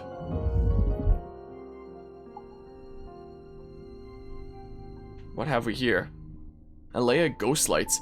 In the opinion of this researcher, that inadequate attention has been paid to Southeast Asia, in particular the Himalayas. A research into first civilization peoples and the subtle fingerprints they have left throughout the world would benefit greatly from further investigation into this region. For example, we may find a prime example in the form of the... I don't think my mic picked it up, but my dog just let out the longest, loudest groan. Chocolate bar is a distraction so the murderer can make his next move and take the life of the man next door as a perfect crime. Oh no, that's so planned out. After a report by fishermen, the lights appear over marshes and possess the power to distract, waylay, and even compel victims to drowning, but they have proven useful as navigational aids. Gas seems like too facile an explanation. Has genetic memory research yielded evidence of anything similar yet? Ghosts are gas or something else. In the Himalayas, these are said to be the souls of deceased fishermen. We really don't take fishermen seriously enough, do we? How many times has a simple fisherman village yielded significant information, if not treasure? This screenshot looks like something you'd see in Soma. Bermuda Triangle. What must surely be the most intently studied region whose very existence is routinely denied by official sources. The Devil's Triangle has been held responsible for countless vanished vessels, aircraft and ship alike, since the earliest days of sail. The region's technomivorous tendencies have been attributed to many to many magnetic pull of the lost continent of Atlantis, to UFOs and even unnamed mysterious forces. While the area still holds much interest, and we firmly believe in the power of science over superstition, we have been unlucky in researching this area, and can claim only to have contributed 2 small aircraft, a ship, and several $100,000 of research equipment to the hungry maw of its continued mystery. For the time being, it may be safer to pursue greater knowledge of the region through genetic memory research via the Animus program. Chichen Itza. One of the most popular tourist attractions in Mexico today, Chichen Itza was one of the largest cities of pre-Columbian Maya civilization. Boasting a mix of architectural styles from across the empire, it is also known to include contributions from members of the first civilization, believed to have fought on the front lines against the human rebellion. In particular, the technologically advanced system of caves, tunnels, and puzzles that runs underneath the Castillo Temple and the Cenote Sagrado are rich with the first civilization artifacts. Excavated in the 18th century, in a controversial dig ordered by Madeleine de whatever the hell. That was during the events of AC Liberation. These range from prophecy discs to rings and shards. Voluminous in quantity, they are minor but culturally significant artifacts which, as a collection, provide us with the best picture we have of life on Earth in the months preceding the Toba catastrophe. The site is currently under federal protection, but we are close to reaching an agreement with the Mexican government.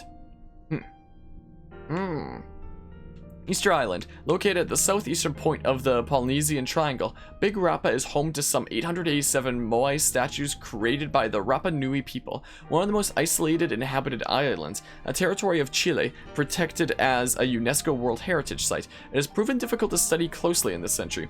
Some records are available from the 18th century, when the Rapa Nui suffered from disease communicated by European sailors.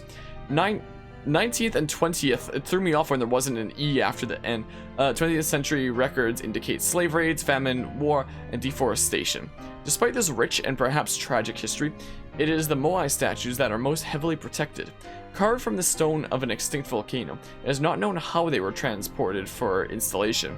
This mystery fascinates tourists, but if we could gain access to conduct a private archaeological excavation of the island, it is the petroglyphs, a network of caves established by even earlier civilizations, that we believe would yield the most productive results. Lake Vostok. Working with our Russian partners, we have secured an agreement to commence research into the subterranean lake that rests deep beneath the Vostok station, in the accurately, if poetically named, Pole of Cold, whatever, on the eastern Antarctic ice sheet. Sitting approximately 3,500 meters above sea level, this freshwater lake rests 4,000 meters beneath the surface. A core of ice sample was extracted in 2012, and we will soon begin research on... Oh yeah, that I don't know why seeing 2012 just reminded me this is actually a 2013 game, not 2014 like I said earlier. 2014 was Assassin's Creed Unity and Rogue. We will soon begin research that should provide a paleoclimactic record going back some 400,000 years. Oh yeah, speaking about this game, apparently like 3 days ago, no, not 3 days ago, 2 days ago, why am I getting confused with things? Not even 2 days ago, 1 day ago, yesterday on Twitter, I saw Ubisoft's account posting that it was like Edward Kenway's birthday, or something like that, so that's interesting. Isolated fossil water reserve samples may prove even older. Only time and science will tell what genetic marvels these magnificent shapes will reveal, if not a new window into the first civilization itself. I think I recall it being tomorrow, because I remember it being, you know, March 10th Mario Day. You know? I believe that's what it was? It might have been a couple days ago, and I might be losing my mind, but I mean, you know. Oh, we haven't seen one of these for a while.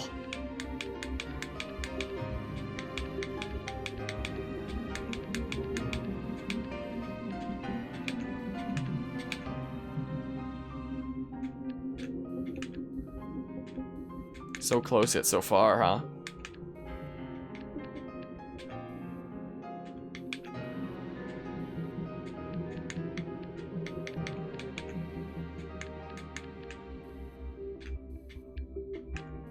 What the heck?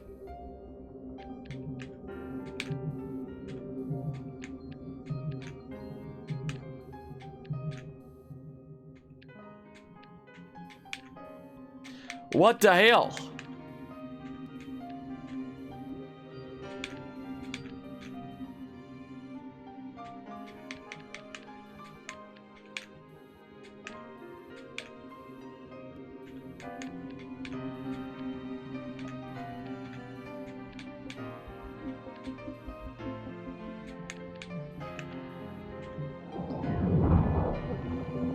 Well,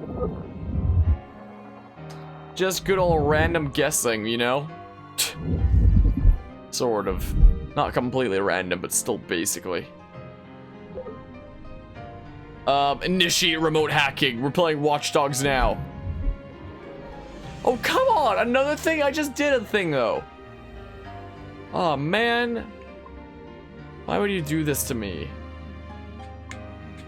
Oh, crap.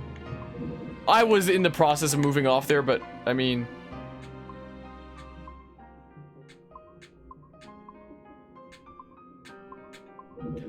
Oh my goodness. Why you do this to me? No! That's so dumb! Such an awful minigame. No! Oh, come on!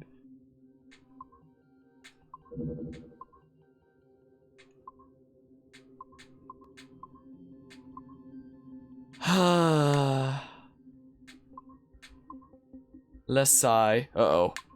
Oh! Oh! Jeez, what happened to my music? I have to refresh Nightbot because it's bugging out. My goodness. Is Nightbot down or something? Into the life of Ratana Gaiden focused on a period spanning his late teens to his early 30s. But our researchers came away unimpressed by his calm and stoic demeanor, with occasional flashes of extreme anger.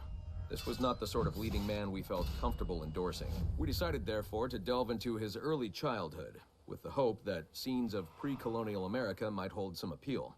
As you can see here, there is a certain naive charm and innocence to this young boy. Unfortunately, our researchers found this young man's story deeply problematic as well. For one, the omnipresence of the Mohawk culture lacks the balance necessary to tell the true story of America. And secondly, the Mohawk language would certainly be an issue for most of our audience. We therefore feel that although Ratana Tenkon's early life would be of some interest to our more educated viewers, it's unlikely that his story would appeal on a broader scale, being too foreign, as it were, to normal audiences. Our team recommends we pass on this property. To normal audiences. Jeez, and showing events from a native perspective would be... It wouldn't show the true balance of what really happened, huh? I feel like a lot of the lines that they did for, like, you know, the analysis of the different things are meant to be, like, what would people in the industry actually say? What would their excuses be for that kind of thing? Also, Nightbot is freaking bugging out and, like, not working. So, I'm gonna have to figure that out in a hot second. It's just not loading. I don't know if, like, Nightbot is down right now or something. So we are going to go to... check if there's anything here in the server room. I'll see if I can just play my playlist off of YouTube itself. I use my DBD stream playlist in case anybody ever wants to, like, find exactly what playlist I'm using for the thingamabob here. Hello, Guzma. How are you doing today? Hellos. Guzma, I'm curious, what level did you beat Bravely Default 2 at? Because, like, during my last session of Bravely Default 2, I ended at level 42, and I've been grinding off camera, and I, wait, is my DBD stream playlist not a publicly available thing? What the heck? It should be, I think. Because I've been grinding, and since level 42 last session, I'm now, like, level 55 or something, after maxing out a whole bunch of jobs and stuff. Hold on, Control F, DBD stream. Here's my DBD stream playlist. Is this not a publicly available playlist? It is, it's just not anything that I showcase on my page for the thingamabob. Alright, let's get some chill tunes going again, is what we do. But yeah, so you're still playing 100% in this? Yeah, and we'll do it this session. Literally all that's left is just computer hacking and sticky note collecting within this. But yeah, so I'd be around, like, so right now I'm probably roughly 10 levels under what I need to be to actually beat the game roughly, I guess. So, like, yeah, I've been busy with grinding. Interesting. But yeah, But she once hath wrought anew and will resurrect her in the new form. Beautiful, beautiful, beautiful. Yes, the world and all its digital technology is now expression of her life, and her work began over 80,000 years ago, and she now has come to reclaim them. And she beloved beautiful Juno, may she guide us into the gray. Except this entire freaking plot line is just dropped in the AC series instead of actually being flushed out like it was hyped up to originally be. It was originally supposed to be like the whole big plot that all the Assassin's Creed games were leading up to, and then they just abandoned that plot point. See a lot of people over level at something of the game and they just kind of murdered everything, but then complain that it seemed a bit anticlimactic, but mostly because they were over leveled as well. Yeah, I can definitely imagine that. I mean, I would prefer it to be like anticlimactic and be a cakewalk than deal with the BS that I know that the game throws at you if you're, you know, relatively standard level. I think level 60 to 65 is average for the ending of Bravely Default 2. Gotcha. So, I'm already getting close-ish in that case, in terms of level at least. I hate these so much. But gotcha. Ah, there we go. You've been hacked. You've been spun. How are you holding up down here? You doing okay?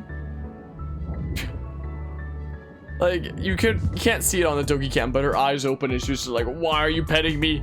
Just leave me alone, I'm trying to relax. Ancient valuation for Yuhanai Otzoberg. This would have been leaked from within. This is a classified document viewed on our own network. Someone should hang for this. Strength, experienced agent, military, special forces background is a definite asset. I might turn down the music a very slight smidge. Make sure that I'm still like clearly audible over it. I probably am, but obedient, follows orders without question. Leadership qualities. Agent lacks finesse but inspires loyalty in others. Dedicated. Agent is wholly committed to our cause. Definite potential. Is material.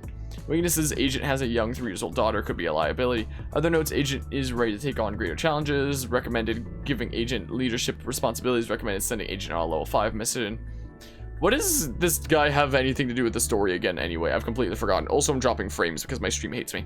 Unclear who took this or why. Dashing photo of Otzoberg. Here's a photo of a random guy. Imagine if it was a random guy, though. On this photo labeled Florence, Italy, 2012. Makes it clear we have a leak. Who survived to transmit this photo? Photo labeled Cairo, Egypt, 2012. Agent evaluation report. This one's labeled Cairo, Egypt. Team strikes again. The poster claims Abstergo agents kidnap William Miles, but Miles is not pictured. Could be anything. Updated agent evaluation of Otzoberg. Dated yada yada. Confirms that leaks persisted and perhaps still exist. Updated strength demonstrated a great deal of courage, initiative, resourcefulness, and dedication. Updated weaknesses. Distinguishing mark, facial scar, burn. Reparative surgery should be considered. Other notes. Following assassin attack on yada yada. See attached security report. Agent tracked down the enemy and located their Florence hideout. Agent led Sigma team strike against the Florence assassins. Responsible for the termination of 3 assassins. Survived assassin ambush. Agent should not be held accountable for the loss of his team. Well, what does that text say? Cura ter Azon. What? I'm so confused as to what that says. Well, we hacked a thing. Now what other things can we hack? Okay, so there's a... Wait, can I literally just hop back into Edward's story at like this office? You can. Interesting. So you can choose to do your freaking office upstairs or the freaking prison place. Weird. Manifesto of the Instruments of the First Will, written by a true disciple, this day, 21st of October 2013, in anticipation of the anniversary of her ascension. May she guide us into the gray. Which doesn't even happen. This plotline never gets like continued and stuff. Also heard that some people finally beat the super boss of the game too. What, you're saying that other people are catching up to the level of craziness that you're at? You know? Game's been out for almost 2 weeks now, and hearing that now is kind of a shocker. Says the person who already beat it like however long ago. I have no idea how long ago, but aha, we found the thingamabob. We found the path. Neat. Core access granted. Initiating the yada yada. Isn't that something? Core breached, accessing information. Oh, here's this. We can leave Dougie Cam on. Surrogate Initiative, test session 27, October 21st, 1980. Host Eileen Buck. DNA sample SB1970.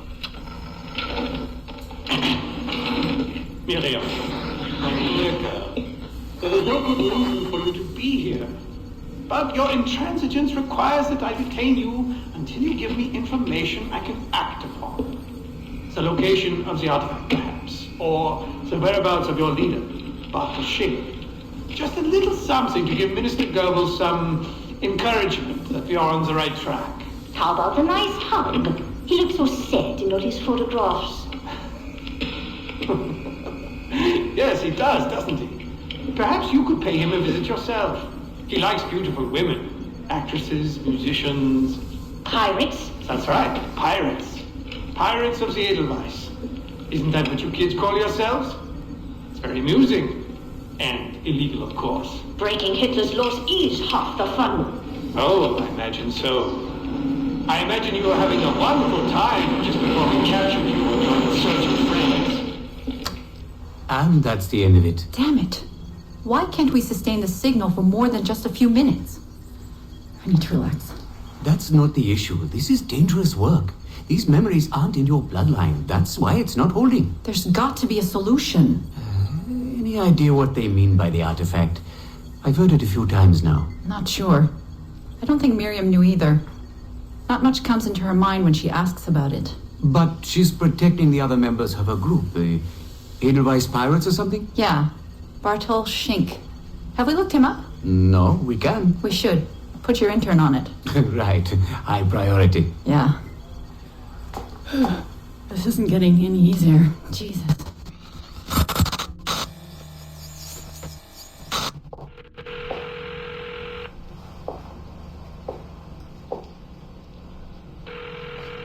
Hello? Hi, Seamus. It's Mom. Hey. How are you? Dad! It's Mom! Hello, Ellie. Hi, Carl. How's Seamus? Great. We were out shopping for school clothes. Yeah. The summer just sped by. They all do. I never seem to notice. No windows in the office. Right. Trapped in a lab. So, did you need to talk? Yes, sorry. I was curious about your mother, actually. Oh. Okay. How much did she talk about the war when you were growing up? Not often. Bits and pieces. Why? I was doing some research last week about World War II, and something came up about the Edelweiss Pirates, or the Navajos, and your mother's name popped up. Really? That's an odd coincidence. Does any of that ring a bell? Yeah. Mom ran with that group while the war was on. There were a group of kids who wanted to avoid the Hitler Youth programs, but in later years they escalated their activities to, bigger ideas like vandalism and sabotage. But why Navajos and pirates? Just some of the names they used. Navajos, Edelweiss Pirates, you know kids. There were little pins, little white flowers. I may still have hers. That's interesting. And this is for work? Researching my mother? Not exactly, but... Sorry, I can't talk about it. Right. You never could. Hey, don't. I didn't mean to be flippant. No. Don't mind me. All for the greater good. I like to think so.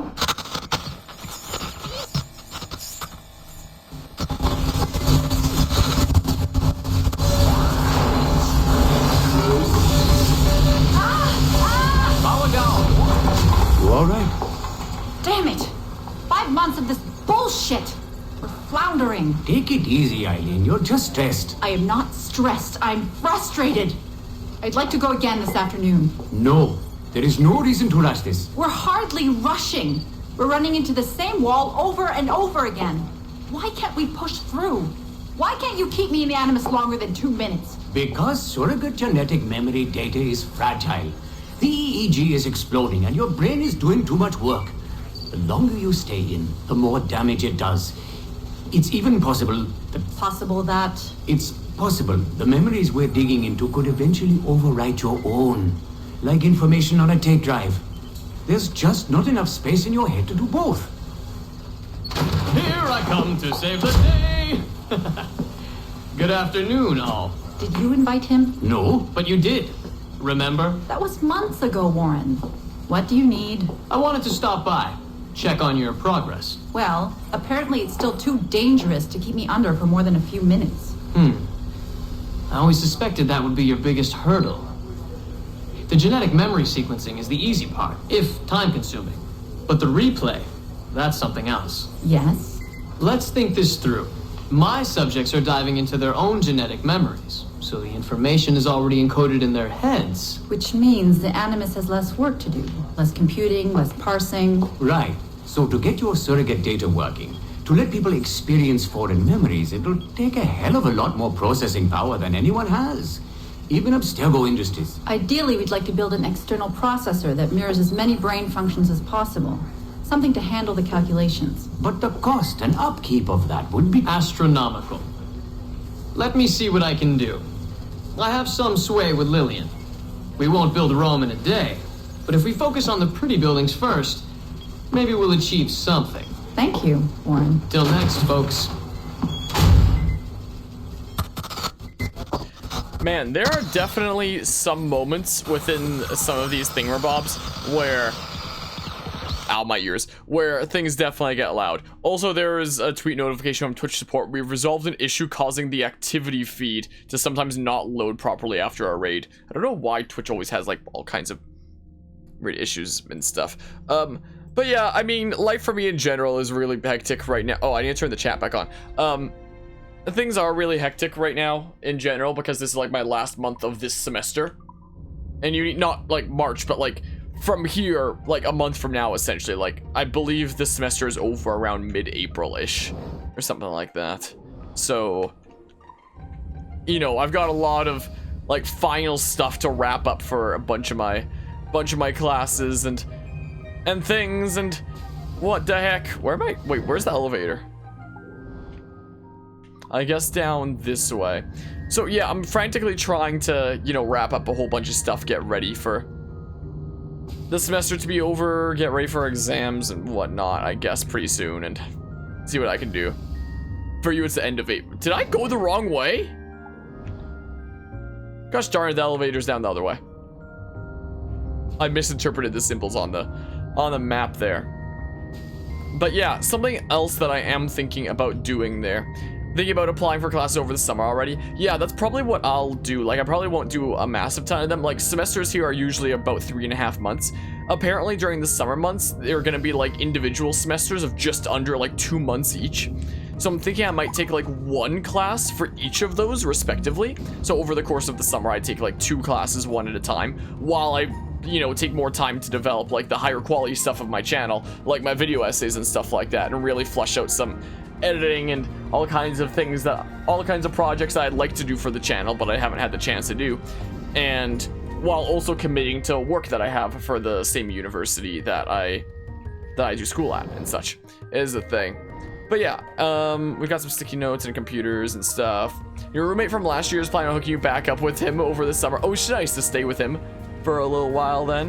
Is this the last floor of things? So you'll finally be moving back to your dorm living soon? Nice. Yes, we submit that we are such tools and as such have a purpose befitting a tool. We submit like we are hammers and wrenches and shovels made for a specific purpose on our own. We submit that our purpose is indivisible from the will of those who came before. We submit ourselves, yada yada, whatever. Whatever you say. But yeah, so can I don't know, hitboxes of these are weird sometimes.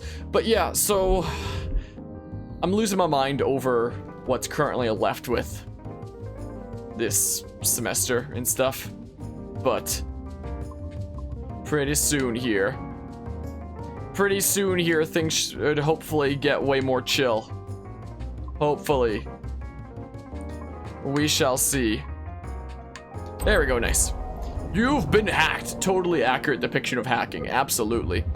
But yeah, some of my classes have definitely stressed me out and stuff here.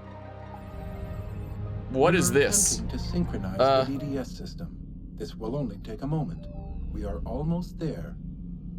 The DDS is now in sync. Thank you for your patience. We hope you enjoy your experience. Rudolf II invited many notable figures to his court, making Prague the center of European culture. Among them were Englishman Edward Kelly and his stepdaughter, Elizabeth Jane Weston. Oh, this is the story we read. Any alleged collusion.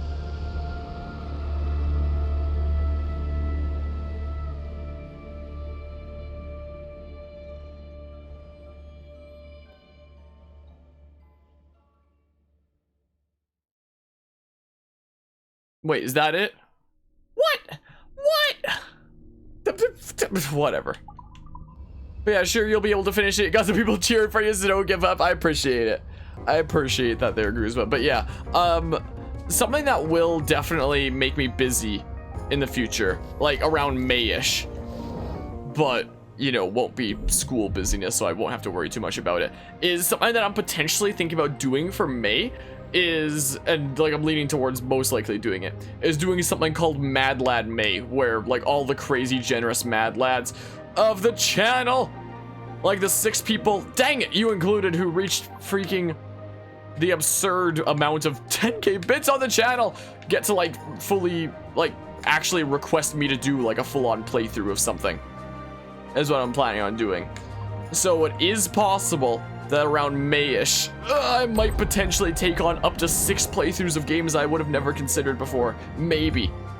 But like, maybe I'll be doing a class around that time, but it should all be stuff that I'd be able to manage. I mean, I might have to do things like one at a time or something. Hold on a hot second. Wait, we can live doggy cam on and chat and stuff. If it ever comes down to it being too hard and difficult, if you'll February 12, class if it becomes too much for you. I have done that in the past. Qualitative personal interview with Subject 1 on ancestral research regarding Avalon de Grand Prix. How are you feeling? Any side effects? Not really. Aside from the headaches. They've been worse since I started staying in longer. But I don't want to stop. I like her. I want to know what she does next. What's it like? Reliving her memories. So different. The Animus, I mean. The past. At first it was confusing. Distracting. Like New Orleans, the stench. I wasn't expecting all the smells. Smell is the sense most directly linked to memory. When I'm in her memories, it's like I can smell more than I usually can. In general, women have a more acute sense of smell than men do. I had wondered how that would translate. Anything else? Yeah. She's smaller than me, but it's like her body could do more. Did that surprise you? At first, yeah.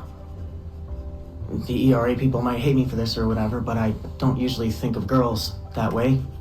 Climbing things. My mom, my sisters. The animal feeling of Aveline sinking her hidden blade into the throat of... Go on. It doesn't feel feminine. What I think of as feminine. But then at the same time it does. Her center of gravity is way lower. That was a surprise. How easy it is to land. How steady I am on her feet. Sorry. This is hard to talk about. No, it's fascinating. This is what we need. Pure experience, in your own words. Okay. Can you tell me about... We're gonna pause for a hot second because I'm dropping frames, is the thing. Also, Doogie was just twitching in her sleep, so she has to be, you know, dreaming about something. Are the frame drops? So I don't know why I'm dropping so many frames tonight.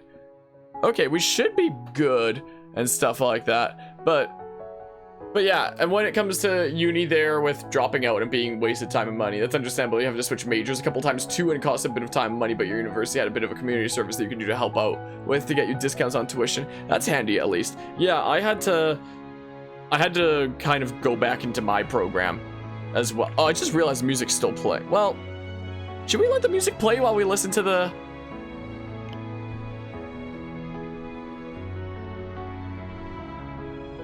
What?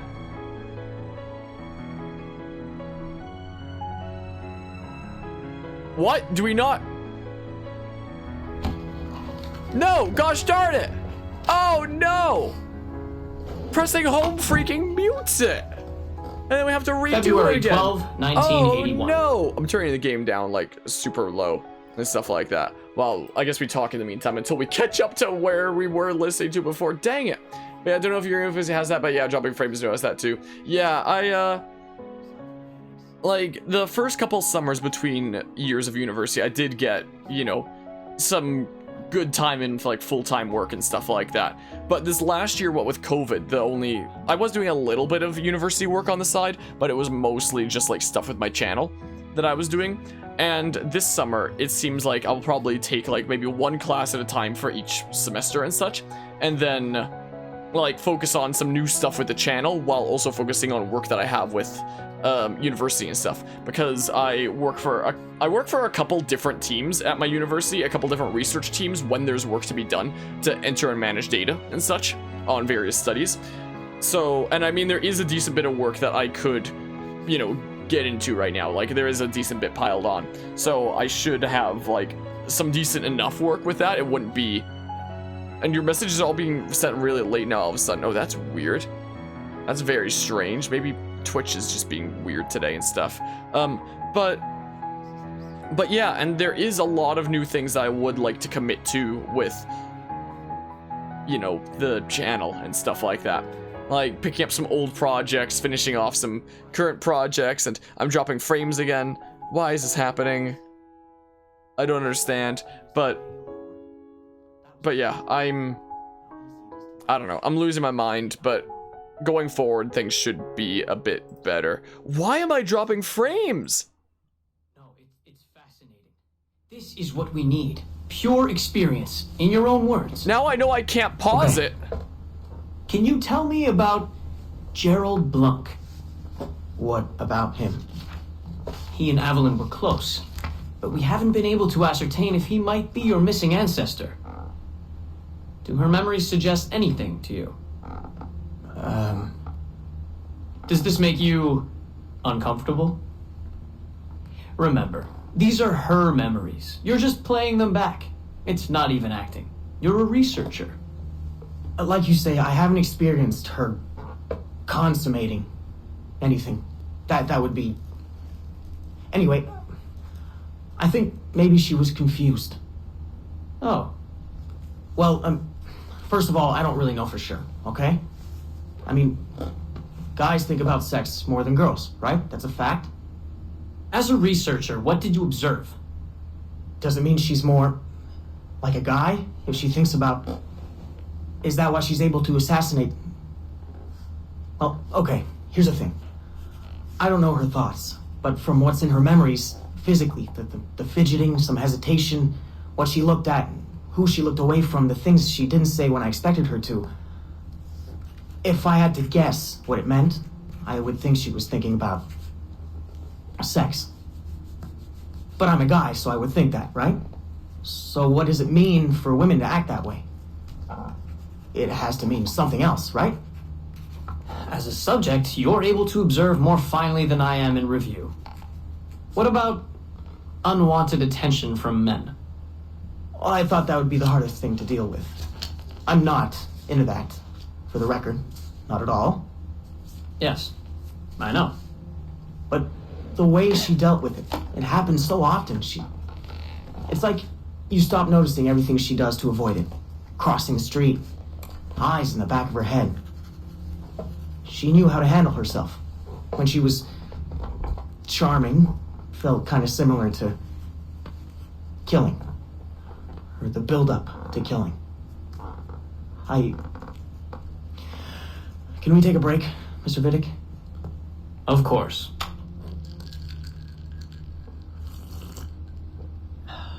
We're ready to go on? Yes. Evelyn was black. And white. On her father's side. You're sensitive to that? I guess. I mean, I'm white. Evelyn looks black, so that's different. But you get used to it. Like with the girl thing. Until someone makes you not used to it. What do you mean? I don't think I've ever had to think so much about what I'm wearing or how I'm walking. But Evelyn, it's like she goes through her whole life in these uniforms. People expect her to behave in a certain way. Definitely. Sometimes I worry I'll slip up and play too relaxed at the warehouse and, I don't know, blow her cover. You can't blow her cover. I know. I'm just replaying the memories. I can't change them, I know. But I see it, right? It's a risk. It's... stressful? Yes. It's best when she goes out as an assassin. On the roofs or in the bayou. I think she was more relaxed that way. Can you imagine? You're only relaxed when you're going to kill someone. Let's stick to memories rather than imagination. What about the slaves? They're kind of just everywhere. I mean, that sounds bad. Slavery is bad, but no one's acting like slavery's bad. It's fun when she frees slaves. Is it supposed to be fun? We're not looking for supposed to. Focus on what it is.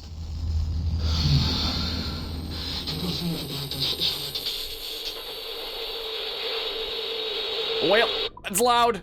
Ow.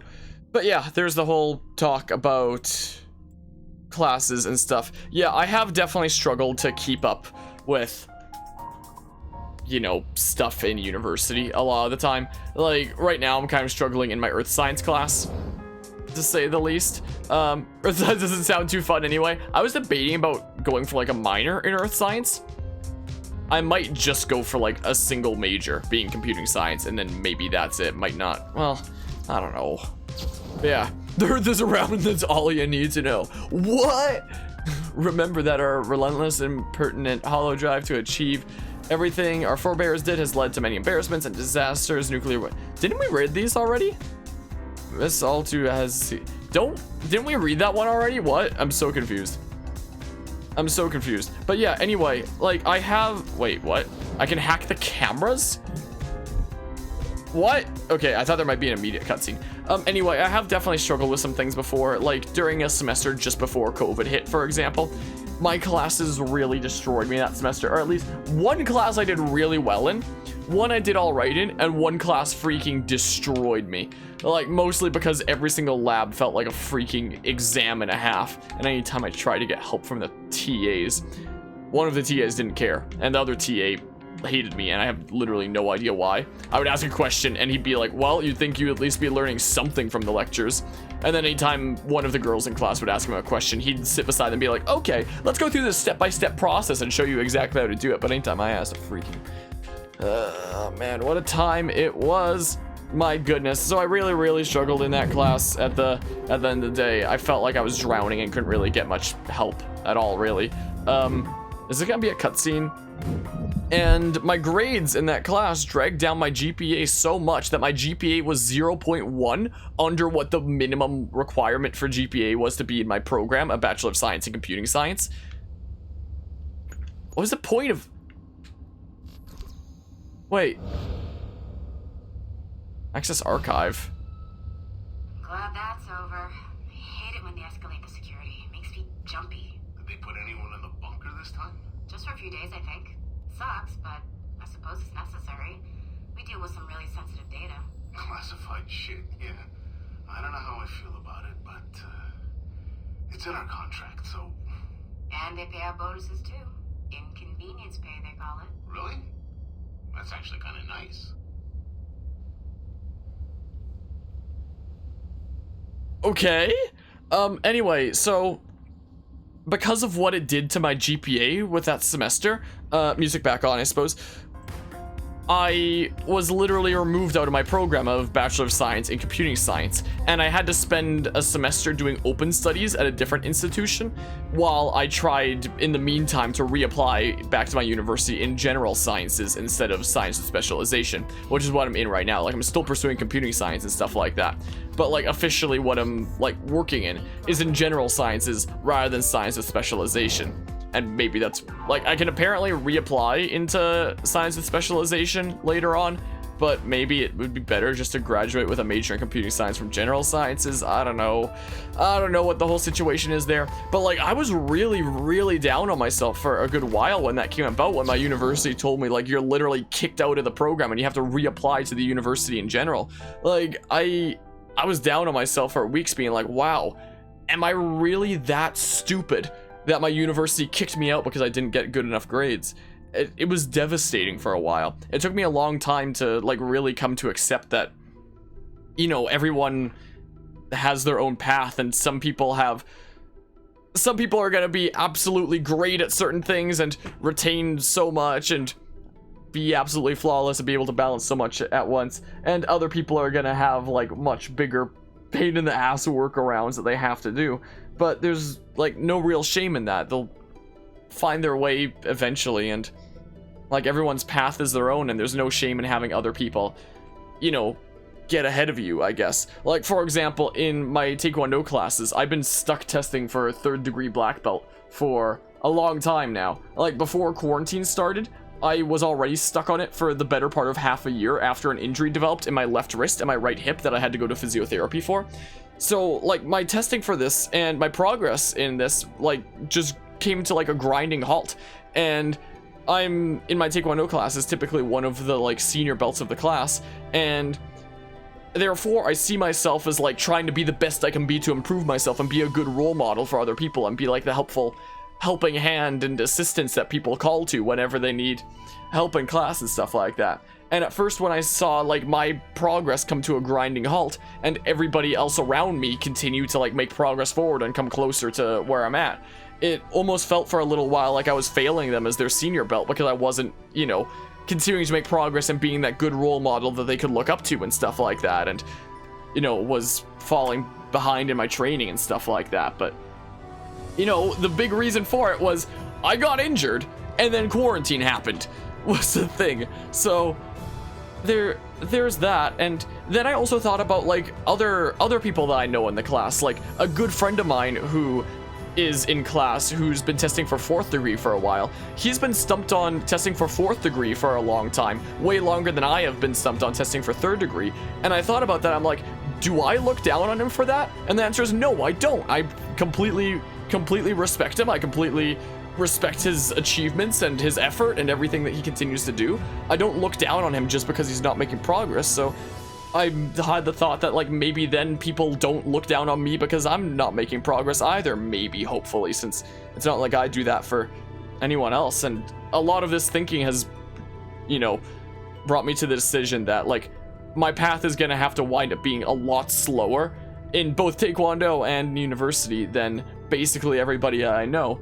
But at the end of the day, I'm doing what I can personally handle, and I shouldn't be ashamed of myself for not being able to, you know, keep up with other people whose progress means nothing to my own progress, if that makes sense. So that's kind of barriers that I've had to get through mentally for a while now.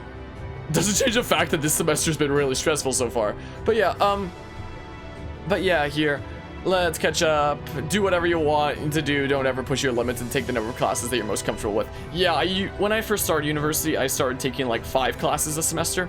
Nowadays, I take about 3 classes a semester, something like that. But yeah, and that's good. That's actually what you've been doing too lately at a different university right now, taking simple classes to raise your GPA back up and planning on reapplying sometime later this month. Gotcha. Yeah, I don't know if this semester will, well, it'll probably raise my GPA past, you know, that really crappy semester. I don't know if it'll raise my GPA back up in general. My GPA is like kinda it gets a job done, but it's not like exactly super standout. I don't exactly get the best grades on, like, ever really. I've never especially sucked in any particular class until university, exception to high school calculus. That's the only class that I ever like really struggled in. Like, I never did. I'm the kind of person that always got like average in like everything was the thing, except for high school calculus. That class destroyed me. But yeah, what I meant by that's good is mean don't give up as long as you're trying to put effort to getting back into university. You should feel proud of yourself for that. Well, I'm back at my university. I am back now. I'm just in a slightly different program is all. Like, I still have all my progress and stuff. I'm just in general sciences instead of science with specialization. But yeah, welcome back, RPG. You're still reading, bro. You left like an hour ago. It's a different passage, but yeah, we're just going through some more lore. We're almost done. And yeah, don't ever put yourself in that mindset where you think other people are looking down on you. At the end of the day, we're all human beings. We're all equals, and we all have our own different struggles. Yeah, it's definitely taken me a long time to accept that, like, everyone's path is going to be their own, and they're all going to have their own different struggles. Some people are going to, like, excel in some things, and other people are going to be held back in other things. But what matters is not what you're able to achieve. What matters is the effort and the passion that you put in, is my opinion. But yeah, nonsense. You kick ass, bro. You're a sicko. Well, I appreciate it, RPG. Also, I'm sorry that I've stayed on this sticky note for a while. Let's read some things. We submit ourselves to a servitude and super grand purpose. We submit it to the world. The goddess did whatever. Who cares? I don't. Hack. We're gonna get this game 100%ed this session. Is what we're gonna do while we listen to some chill Deltarune tunes. Who made this one? This one is a Game Chops remix by Helent. I don't know how to pronounce their name. Helent. Something like that. They made a whole bunch of chill Breath of the Wild remixes that I quite like. Well, Legend of Zelda in general, I mean. Well. But yeah, so that's been my time with university. So nowadays I'm, you know, doing my best back into like this lesser program essentially.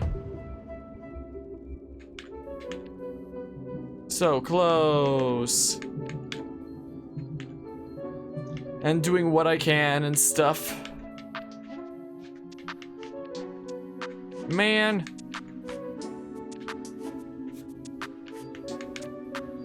Man. I hate all this random guessing. I mean, might have to head off soon. Your phone battery's about to die. You currently don't have your charger on you at the moment. Oh no, I'm sorry to hear that. Well, if your phone battery randomly dies, I appreciate you stopping by and hanging out though, Guzma. I'll say it right now, just in case your battery dies. And stuff. What the heck? What the heck? Take care, y'all. Have a good one. And thanks for the talk. I'll just don't give up. That's all you can say. Keep going as long as you achieve it. And that's all that counts.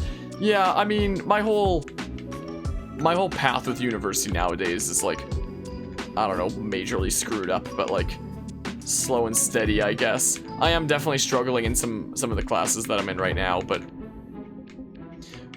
okay, what the heck is this crap?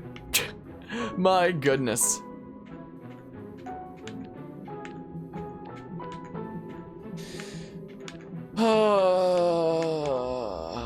I'm having so much fun right now.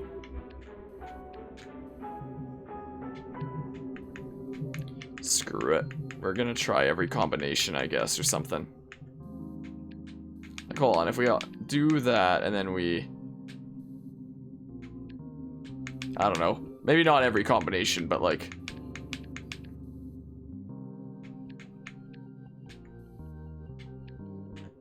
Nah, I don't know what the best method of trying every combination would be.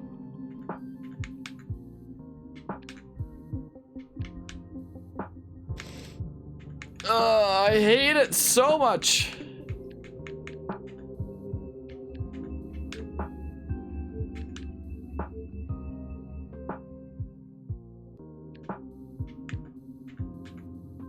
It's so close. I feel like at times you're so close, but then it's also wrong. Yeah, like this is super close.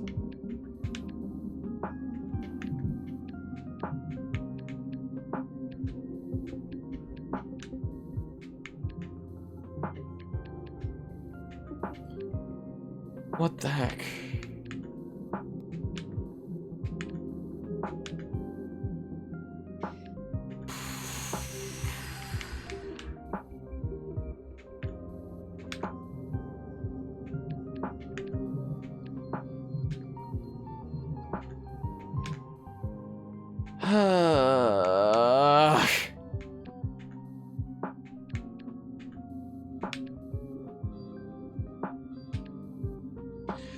This is actually proving to be very frustrating.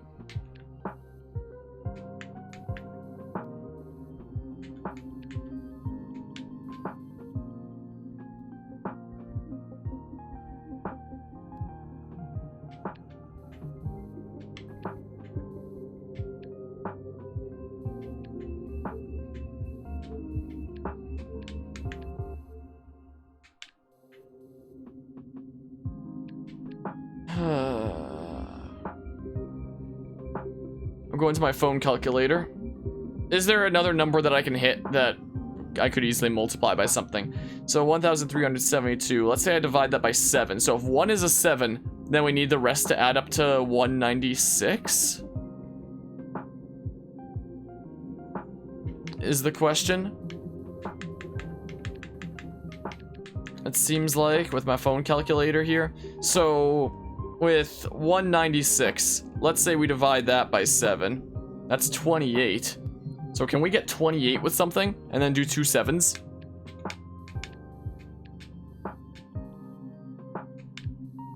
$24.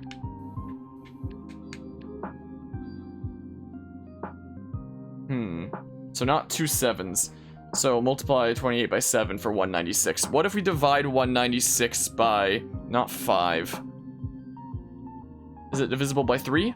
Nope. 196 divided by 2, I guess we'll say, for 98. So if we shoot for 98 and then have a 7 and a 2, how do we get 98? Can we get 98? One of these would have to be a 2 in that case, right? Oh! 2, 7. No! Gosh darn it! How did I... We just had 98 a second ago. There, 98, 2, 7. Jeez. I literally had to whip out the freaking calculator to figure that one out.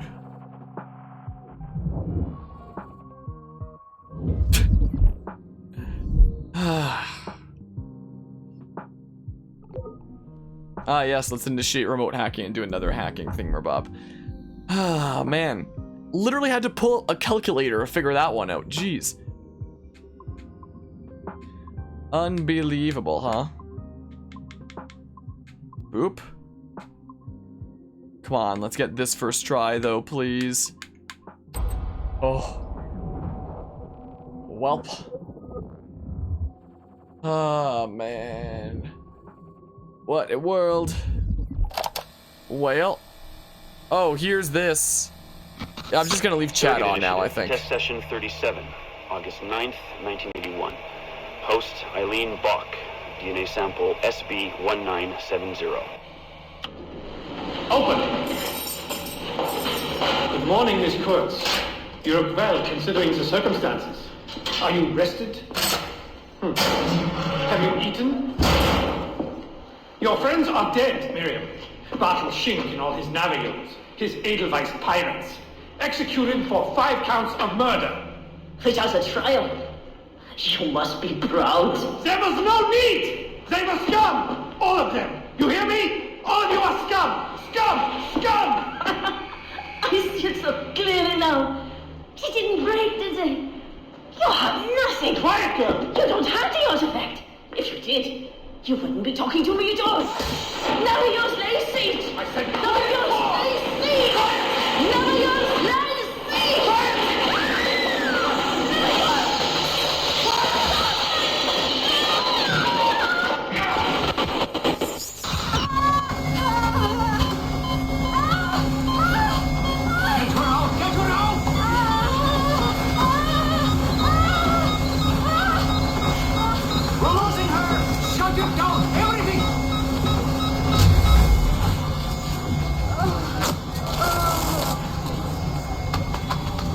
Eileen, open your eyes. Can you hear me? Eileen! Eileen! Power's off! Get the position in here! Step aside, son! Eileen, talk to me. Can you open your eyes? Clear! Oh, God. No spots!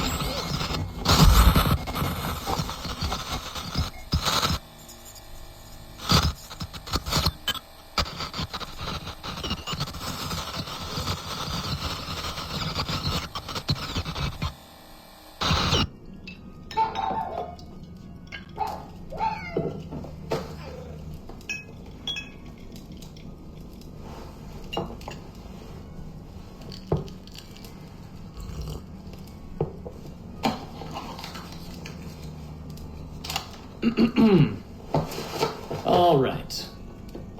Notes towards a speech in honor of Dr. Eileen Bach's premature retirement. When I first learned of Dr. Bach's unfortunate accident, I couldn't help but feel a great sense of loss at... No.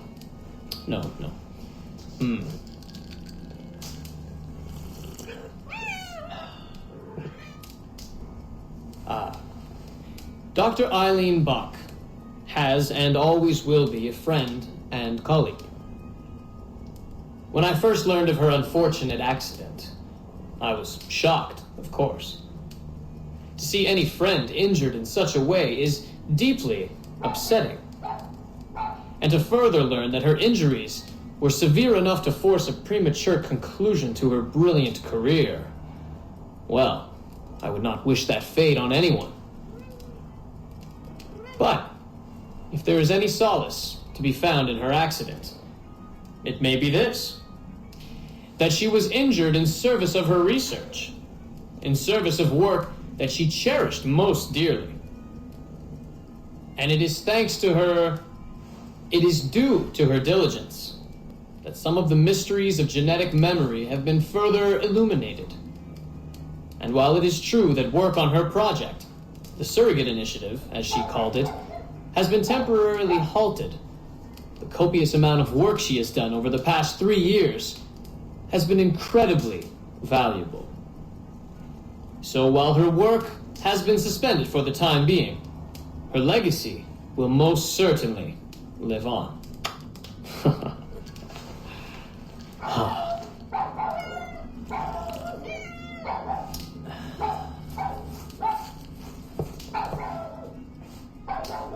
Quiet, Joan! Quiet! I guess that's the end of those audio logs. How many more computers do we have to hack anyway? Alright, we have 3 left apparently. So there's gotta be a thingamabob over here. Unless I already went in there. I might have already gone in there. Alright, we got some stuff like behind the elevators. Wait, what? Wait, what do you mean? Oh, that's at the front. That's not behind the elevators. Okay, that makes more sense. I was about to say, how do I get behind the elevators? I was so confuzzled for a hot second there. I know there's 30 out of 33 computers hacked. You don't need to keep the freaking thing there. So is this where this is the washrooms? I wish I could see the mini-map at the bottom left, but I can't because it won't stop showing me the freaking computers hacked 30 out of 33 in case I didn't realize by now. So in here, I guess. Oh yeah, let's hack the TV. Make it 31 out of 33 is what we do. Sure. Okay. Well. Just random guesses until you get it. Essentially. Just random guesses till you get it, huh? Is what this seems to be. Oop. I don't know.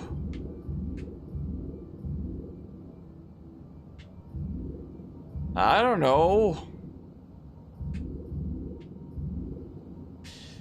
We can turn the music back on though. Now, again, is what we can do. So we will do that. Welp. Get some chill music and stuff.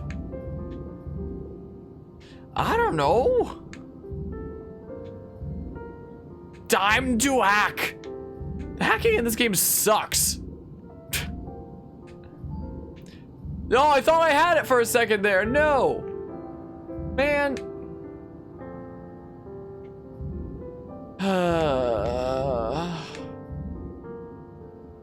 The hacking in this game is not fun. It's not good. Oh no.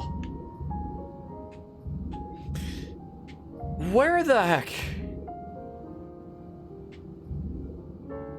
Man.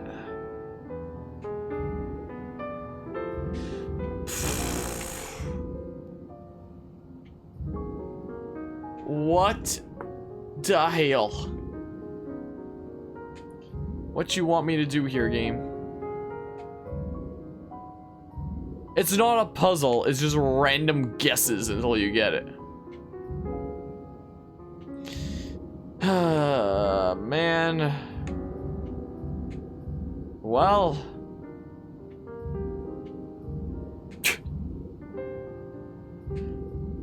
What the heck? Well, I'm having lots of fun right now. Man, this here video game, so much fun. So much fun I'm having right now. Ah, my headphones are getting a little uncomfortable. Ah, man.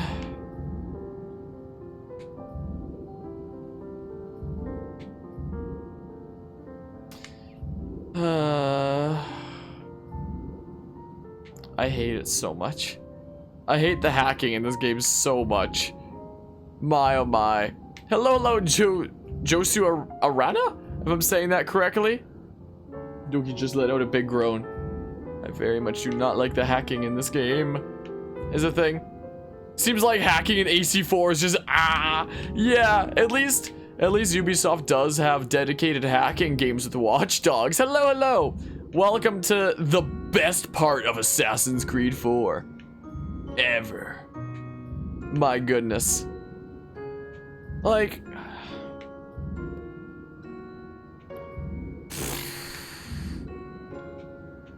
man, what am I missing here? What crucial step am I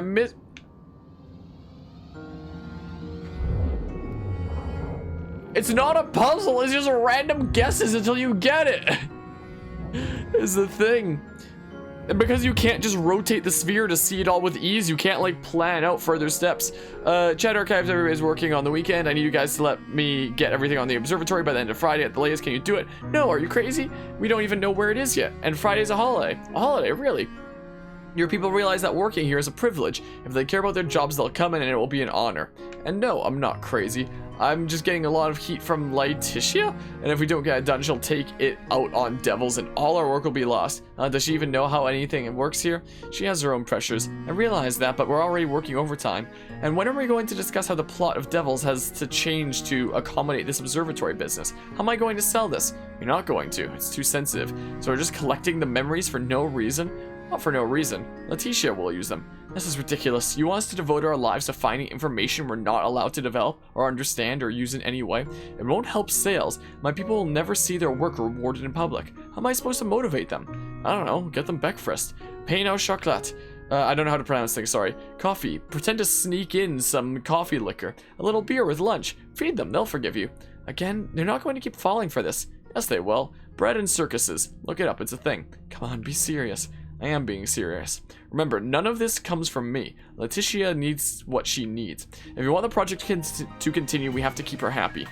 The observatory doesn't have anything to do with pirates anyway. It would only complicate things. Take the focus off the action. But it's fascinating. I realize it's more mature and complex. I can't believe I'm the one arguing this. But we are crazy not to use it. Imagine, we could be selling to pirate fans and conspiracy theorists at the same time. The potential for market growth is huge. We cannot use it, so please stop asking. This is insane. As you already know, Melanie, this company is a subsidiary of Abstergo Industries, and Abstergo Industries has a different culture. We are hierarchical and rule-driven. We may not always like it, but if we want to advance in this company, we have to be careful. You're protecting her. I'm protecting you. I know we have our arguments from time to time, but I know you care deeply about our work, and I don't want you to get yourself ejected from the conversation. We need you.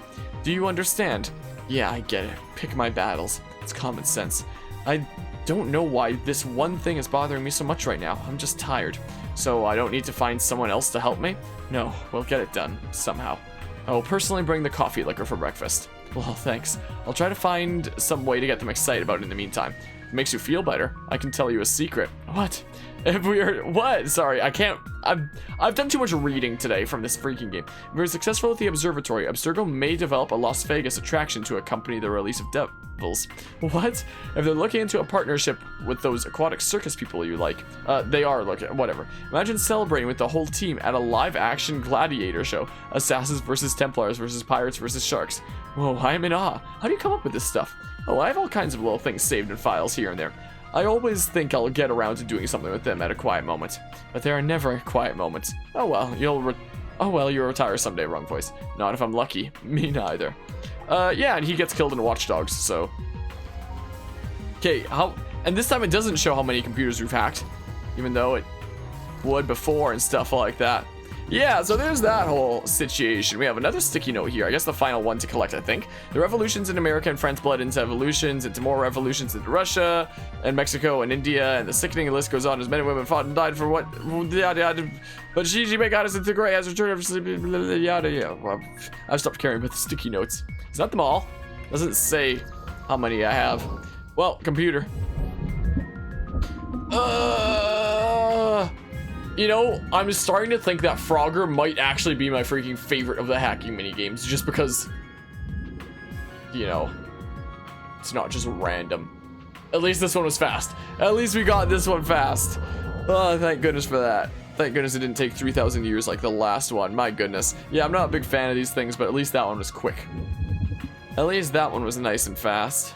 So, this will be a short one. We're gonna listen to those in order in a hot second, is what we do.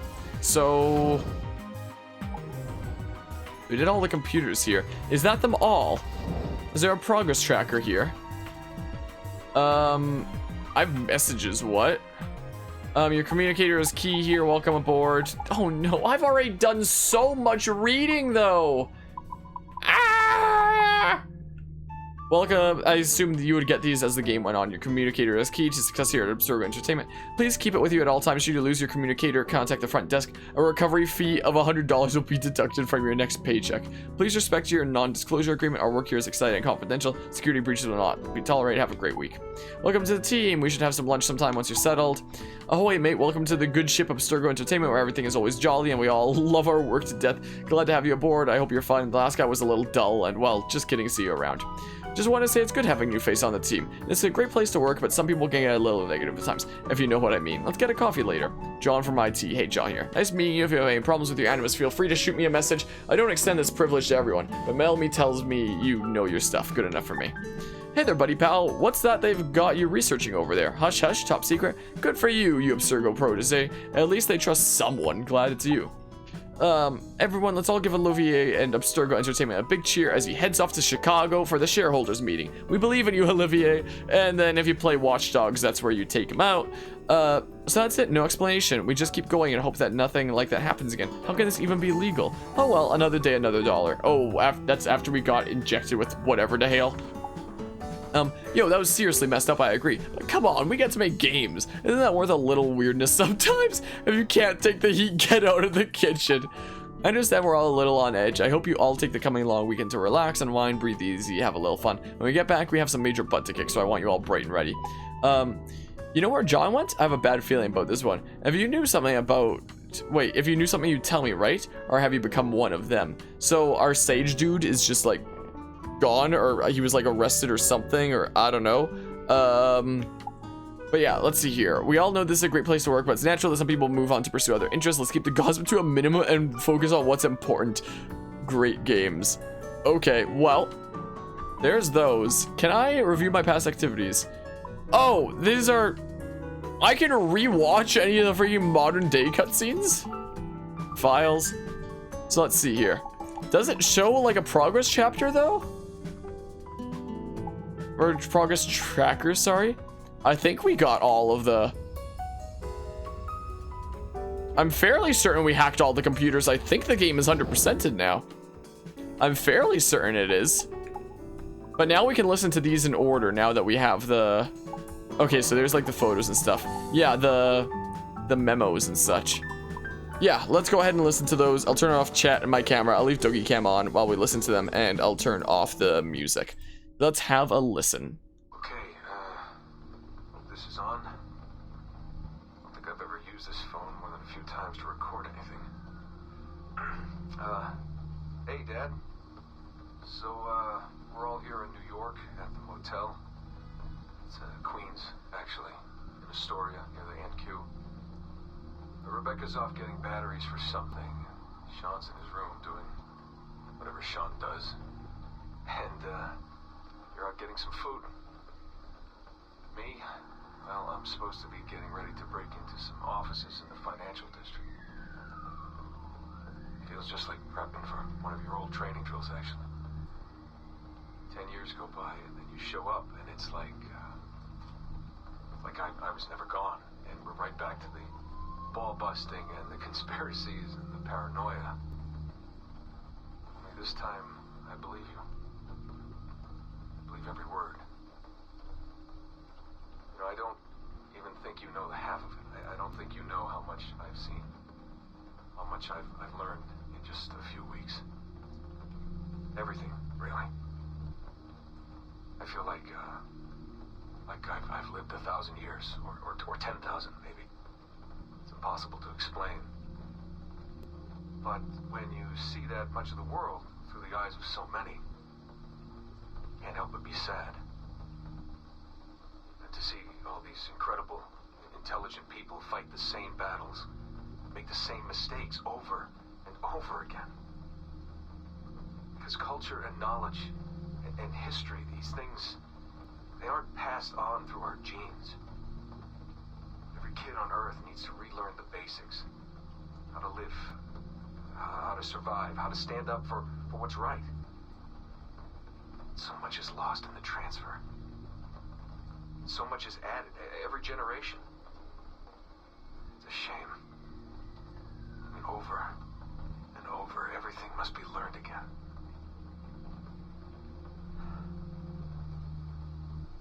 I met Clay, Dad. Clay Gesmeric, in the Animus. I knew him by his Abstergo handle, Subject 16, my predecessor. And he showed me things. He passed them to me just before he died, or got deleted or whatever. Everything he'd learned, everything he'd seen. God, how do I talk about this? So, guess you trained him. After I left, he really looked up to you, and now that I've seen through his eyes, I think I understand why. I'm glad you had him around, even if I wasn't there. The things he showed me. Unbelievable things. And I never... Shit. Alright, I'll back in a second. So a lot of people definitely complained that, you know, Desmond's character wasn't exactly complete within the plot leading up to AC3. And I feel like the memos that we have here are meant to be, like, you know, finishing off his character. Like, you could say that Assassin's Creed 4 is the final game in Desmond's story, essentially. Like, even though it leads up to AC3, there's these memos here. Sorry about that. Of course, I guess it's just a few seconds for you. I'll leap down the playlist. Anyway, I was talking about Clay. Kesmeric, Subject 16. So, when I fell into a coma back in Italy and woke up in the Animus Black Room, it was so calming. It felt like I had woken up into a dream, a haze, a dream where none of this mess had ever happened. Felt like I should just be getting ready for another day of pouring drinks at bad weather and another day of complaining about being between girlfriends and wondering what the hell to do with myself. But when I saw Clay just sitting there, it started to come back, you know, piece by piece. And when he told me about Lucy,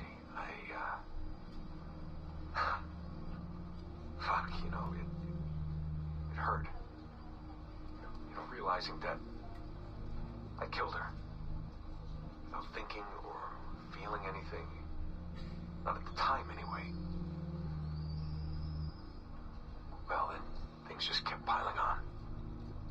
There were more memories of Ezio and Altair and the first civilization. And then, right before he vanished, Clay passed on his memories to me. He showed me everything he had seen and lived through, and it was brief, but overwhelming. Not really sure how to explain. He saw glimpses of Adam and Eve and their escape from slavery. He saw the beginning and the end of the war between the first Civ and humans. He saw Minerva, Juno, and Tinia trying to work out their calculations. At least that's what they called them. They had these tools, these powerful machines that could predict possible futures. Not what was going to happen, but what could happen. Probabilities. And, well, they spent a lot of energy trying to figure out what was the most likely scenario for the future. Theirs and ours. And in the end, I guess they figured I was their most likely candidate. Some guy named Desmond living at the beginning of the 21st century of the Common Era. But which Desmond was the right one? Because, you see, probability is a weird thing. It can branch out in so many ways. Which version of me did they need? Was it the Desmond who got married early and had a son? one who stayed single in New York, or was it the Desmond who moved to San Francisco to be a waiter? Maybe it was the Desmond who worked at an auto body shop in Chicago, or maybe it was the me who never ran away from his parents in the first place. First Civ had countless variations to choose from, but in the end, the lucky one was me. I'm the Desmond their best calculations spit out. I'm the Desmond they left their messages for, and I guess I have to live with that honor. What an honor. Pretty tired. There'll be more later. Ciao. I do think that it is neat, though, how this game does seek to, you know, wrap up some of the loose ends of Desmond's kind of stuff, though. 2 more to go, and then AC4 Hey, Dad. is complete. You know, it's funny. I have this memory of you, one I keep coming back to, and I always think about it when I'm working or just before going to bed, because it sort of calms me, I guess. I was 14, I think, and you were trying to teach me how to walk with a light step. Remember that? How to be mindful of how much noise I made when I moved around. Simple stuff. Stuff I understand now, but back then, I gotta tell you, I thought you were just being an asshole. You told me you were gonna go up to your room and sit with your back to the door and read a book. And you wanted me to wait at least 15 minutes and then sneak up there and tap you on the shoulder without you knowing. I even remember the book you were reading at the time, the one by Captain Johnson. And you warned me that if you caught me, we'd have to start all over. Then you went upstairs. And I waited. I waited, and I waited, and I waited. I waited 4 hours before deciding to go up. And even then, it took me 20 minutes to get to the foot of the stairs. And another 30 to get up them. And then 10 to get down the hall, and there I was at the door and peeked into your room. And I was so hoping that you'd be asleep. But no, you were still reading, and I just about shit myself. But 10 minutes later, I was just 5 feet away from you. And that's when I remember setting my foot down. And you flinched. Ever so slightly. You flinched. I thought maybe I'd imagined it, but I knew you'd heard me. You didn't say anything. You just checked your watch, you reached for your drink, you took a sip, and you kept reading. But I knew I'd failed. You didn't say anything. I didn't understand why. Then I lunged and tapped you on the shoulder, and you turned around, and oh, fantastic, you said, and you scooped me up, and you gave me a big hug, and I didn't say anything. But Dad, I was so pissed off. I wanted to scream at you. I failed, and you knew it, but you said nothing. And I stayed mad for weeks. I thought you were patronizing me. I thought maybe you decided right there that I was never going to be the man you wanted me to be.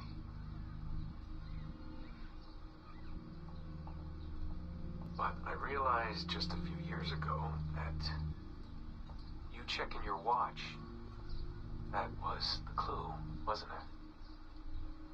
You let me win because I had been so patient. I guess that impressed you.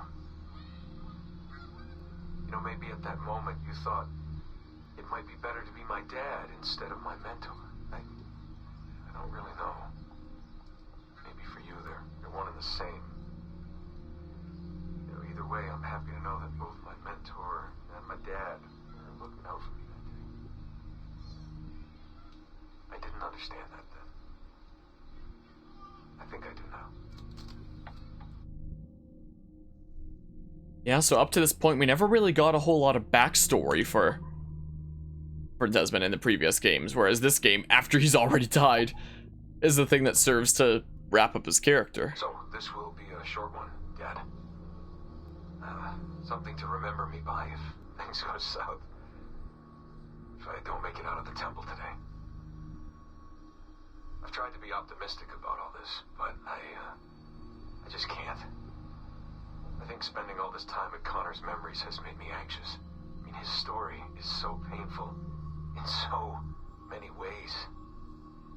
Still, he never lost hope, even when his faith in others eroded. I can only believe that what we are doing is the right thing, and that I can stop this disaster. I know this. I mean, the technology is there, waiting for us to use it. I'm the final piece of the puzzle. Something in my genes, or my memories. Some final piece of code to switch the whole thing on. That's why I'm here. That's why they brought me here. Only, I don't know what I'll have to give up in return. My sanity, my life, it's impossible to say. I do know this. Our battle with the Templars will not be over. Whatever's inside that temple is not an ending. It's just another chapter in this endless story. And it'll be your job, and Mom's, and Sean's, and Rebecca's, to keep turning the pages. You know, I keep thinking about something Orson Welles once said. Something like, if you want a happy ending, it all depends on where you stop telling your story. So maybe that's the answer. Maybe that's how people keep marching forward. If something goes wrong in there, Dad, something happens to me. When you tell my story years from now, please tell them the one about how I lost my way, and then I found it again. Just in time to save the world. And just end it there. That'll keep everyone smiling.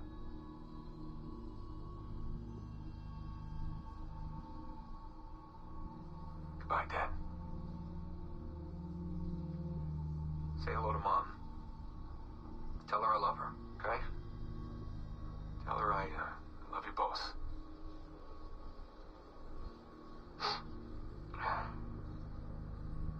I love you both.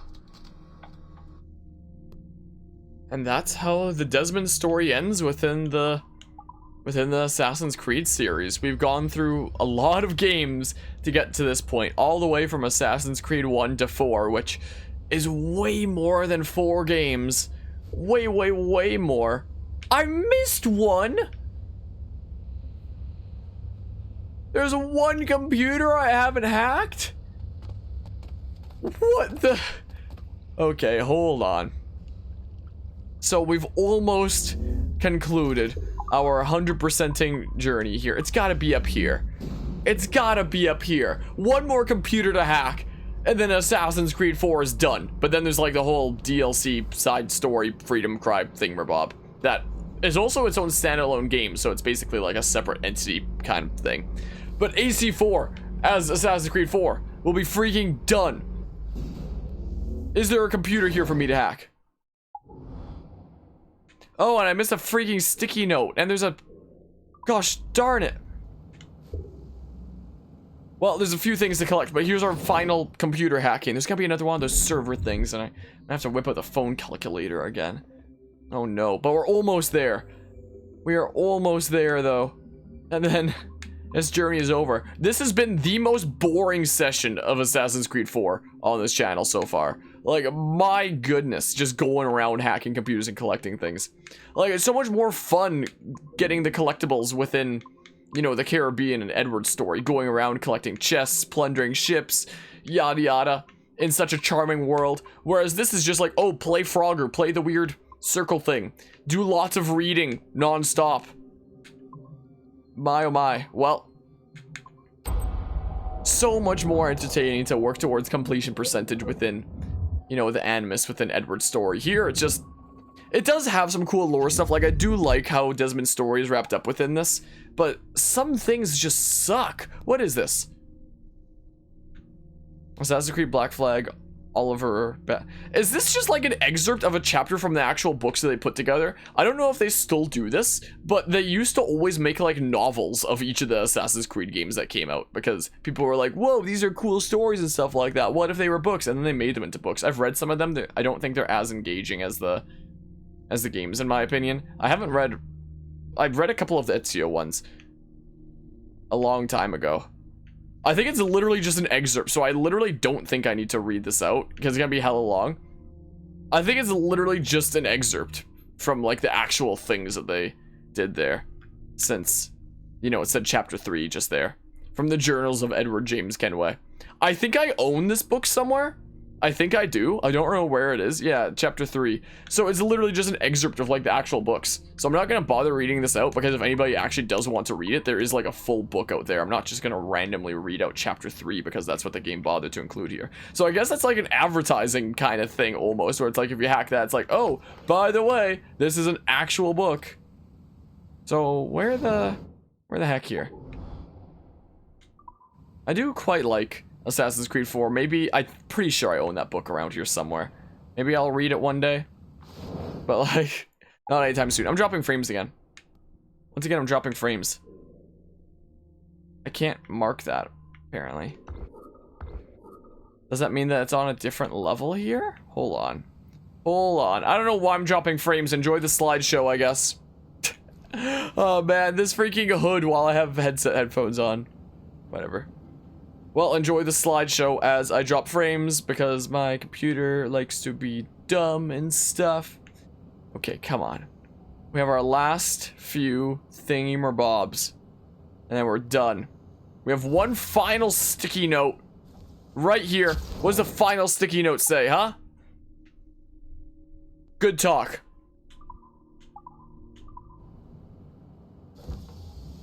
No idea what to make of that. Okay, here's our final stupid thing. And then this game's 100%ed. Our final thingamabob. Oh my. So, like, I don't know. Just do a whole bunch of stuff, I guess. Wow. Thanks, random guessing. Well, that one was much faster than the last time we did one of those, so that's nice. What is our final piece of lore that we get in this whole playthrough gonna be? Oh, wait, there's still a Frogger thing first. I turned off my cameras a little bit preemptively. Whoops. Whoops. Whatever, cameras stay off as we do Frogger and stuff. Dang it! It's our final Frogger. Gosh darn it. It's our final one. Slow and steady here. Our final Frogger. Okay. No! Gosh darn it! No! Oh man! Welp. This is going swimmingly, isn't it? So swimmingly. Oh. Yes, we're done. We've 100%ed this game now. Done. We've done everything this freaking wacky game has to offer. It's complete. It's 100%ed. Done. What did we get? Oh, Hatham. Suave, debonair, and clever Hatham Kenway was a hero of a generation of men, desperate for a decisive and charismatic leader, slain by the ungrateful son who could not appreciate the wisdom of his pragmatic, race-blind approach to politics and personal life. Kenway's tenure as Grand Master of the Colonial Rite ended abruptly in 1781. So, we see various villains from different games, I guess. As they're called great minds. Okay. It's done. The journey. It is complete. Wait, where's the stairs up? So we've now 100%ed this game. My goodness. I don't know how many parts this is going to become total, but out of all the Assassin's Creed games that I've played on this channel thus far, this one is easily the longest. Like, my goodness, considering all the time that I've taken to, you know, 100% and stuff. This is definitely the longest Assassin's Creed series on the channel thus far. Like, I don't know if any future playthrough that we do in the future Assassin's Creed games are gonna be, if anyone is gonna top the length of this one. Like, maybe some of the super RPG kind of ones, like the modern trilogy. I've never played them before. I don't really know how long they are. But, you know, this is gonna be uncontested for a good while at least. Where's my desk? Over here, apparently. Do we have figures and stuff? I don't know how you actually get ones that you're missing. But we have a bunch of things. I have literally no idea what determines it. Does that mean that I haven't 100%ed one thing? Because I don't have all the to Google? Assassin's Creed 4 desk figures. I'm missing something. Let's see here.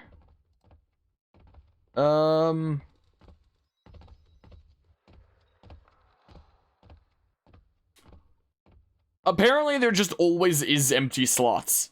I don't think I'm missing anything. Weird. Weird. Guess there's just always empty slots for things, so I guess we're not missing anything. Everything's just fine. One final time, let's hop into the thingamabob. Because I've been doing this for close to 3 hours now. Just going around hacking computers and reading things. I am bored out of my mind of doing that. And maybe just miss the regular gameplay here so much. What the heck? This is the game that I'm passionate about. This is it right here. And I guess this is the final time that we'll see our good pal Edward here. It's gonna be sad to see this playthrough go. Like, we will be continuing with Freedom Cry and such, and I'll probably will still go into full cosplay for that just because it's like fun and stuff. But, you know, this is literally my favorite Assassin's Creed game, so it's gonna be a bit sad to see this playthrough go. This has been the first playthrough that I've ever done in full cosplay of the main character for like every single session that we've gone into it with. It has been a very unique experience, to say the least. Cosplays are expensive, so I don't know if this is something that I'd ever exactly be doing in the future here. But, you know, this was honestly fun. And it was very interesting dressing up in this full cosplay for every session hopping into this. Man, this is so much better than the freaking pirate gameplay in Sly 3 that we've been doing recently. Also, the reason why I undid my progress of like the legendary ships so that they still exist in the world is because what I just did there is about as hard as battles get if you don't have the legendary ships to fight anymore, which is silly. Which is rather silly. One last boarding.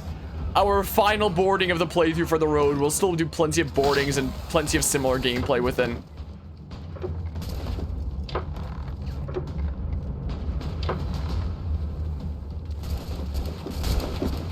Excuse me, sir. Excuse me, good sir. Can I shove him? What? Now he's okay. That was strange, wasn't it? Welp. Time for our final boarding of this game, at least, even though Rogue is gonna have similar. Oh, one final time of Edward of the Fist. Rogue and Freedom Cry are gonna have very similar gameplay anyway, but this will be our final time boarding as Edward. Come on. Edward of the Fist. Climb up, please. Boop. Oi! How dare you stab Edward of the Fist? How about you don't? Stop believing. Come on. Wrong target. Get that guy. Thank you. Do not mess with Edward of the Fist. Never do it. Yes, this is the gameplay that I have so much more fun with. I'm so tired of the stupid hacking minigames. Just endlessly. No. Dang it, I guess I can't just counter out of a run immediately. Doesn't that suck? Do not mess with Edward of the Fist. Never do it. That was your mistake here. By not just immediately surrendering to Edward of the Fist. He takes no prisoners, he punches everybody. Is what he does. You know? There is no stopping him. No stopping this man. I'm bad at this game. Holy crap. So you have to just kill the enemy captain. Where is he? Ow! You dare mess with Edward of the Fist? Oh, here he is. Hi. Ow. Vulcan kick! We captured one final man of war before ending things off here. My goodness. What a time this has been. At the end of the day, I do very, very much enjoy this game. It's definitely far from perfect. We definitely demonstrated that with the modern day freaking lore collecting. It is definitely far from perfect. But man, this is one hella fun, hella good game. Like, when we started the Assassin's Creed series, I was debating about potentially 100%ing each game. I'm kind of glad that I didn't. And we're just doing playthroughs of each. But this is the one that we 100%ed.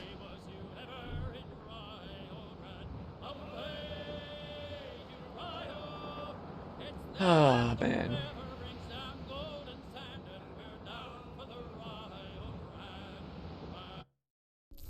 Ah, man. That about wraps thing. We have a lot of R's. We have a lot of R's there. Our save file is going to say 99 instead of 100% because I undid the legendary ships. I'm dropping frames again. Maybe my computer doesn't want me to stream tonight or something. Yeah, so it's going to say 99% just because of the legendary ships. So, yeah, I guess the next session that we hop into this, we'll be hopping into Freedom Cry, which is like the DLC kind of side story with Adewale after the events of AC4 and such, that we already technically did during this playthrough anyway, when on that one day that AC4 wasn't working, so we did Freedom Cry in one sitting in a speedrun and just skipped all the cutscenes we could and beat it in like 2 hours. That was certainly something. I don't remember a whole lot from that sitting, so we'll actually wind up doing a proper playthrough of it coming up the next time that we hop into this. And then from there, we are going to take a little bit of a break from Assassin's Creed. And then when we come back after said break, we'll be hopping into Rogue. Like, I do plan on hopping into Freedom Cry, like, pretty soon here. But there's going to be a little bit of a break before Rogue, because I'm going to need to take a step away after, you know, this crazy playthrough and such, you know. But I am definitely looking forward to Rogue as well, to say the least. And then after Rogue will be Unity. And after Unity will be Syndicate. And bit by bit, very slow, very steadily, we're making it through literally every single Assassin's Creed game, except for the mobile apps. Mobile apps exception. Slowly but surely, we're making it through every Assassin's Creed. My goodness. Started this journey just over a year ago now. Starting with AC1. And just now, finally concluding AC4, if you count Freedom Cry as like separate from it. Oh man, what a journey it's been, and what a long journey I still have ahead of me if I still want to freaking beat every game in this series in order. What an undertaking this has been. One of the biggest probably easily the biggest playthrough project I've ever undertaken on this channel, to do every single one of these games in order. My goodness. Like, there was one file that I had for... Do I want to open this briefly? It's very interesting. I actually did, like, with my family, a kind of casual playthrough of Rogue, so I have experienced what it's like on the Switch. And just like AC4, I do like the motion controls and everything with it. But, like, what? There's a ending thing? Well, it's spoilers, I guess. I was just planning on hopping into the freaking world there and showing that for, like, 1 minute and then wrapping things up. Whatever. So, yeah, that about wraps up Assassin's Creed. I might switch things up to some Pokemon Platinum here in a hot second, is what I'm thinking of. And relax with that, because holy crap, was I bored out of my mind by all that hacking. I My goodness. Also, Shuck coming out of nowhere with the raid. Nobody expects a Spanish Inquisition. You just missed us properly wrapping up Assassin's Creed Black Flag. It's finally 100%ed now. We were about to switch over to some Pokemon Platinum. I hope your stream went well, Shuck. And yeah, this is going to be where we wrap things up for Assassin's Creed until we do Freedom Cry next time, I suppose. But for now, we'll switching up to some Pokemon Platinum here shortly. So thanks all who stopped by and hung out for this Assassin's Creed series. It will be continuing and going on with Freedom Cry, and then Rogue, and then every single other freaking game. But that wraps it up for Assassin's Creed 4 itself, which is pretty crazy. So thanks all who stopped by and hung out for this series. And we're going to be switching things up. So see you then.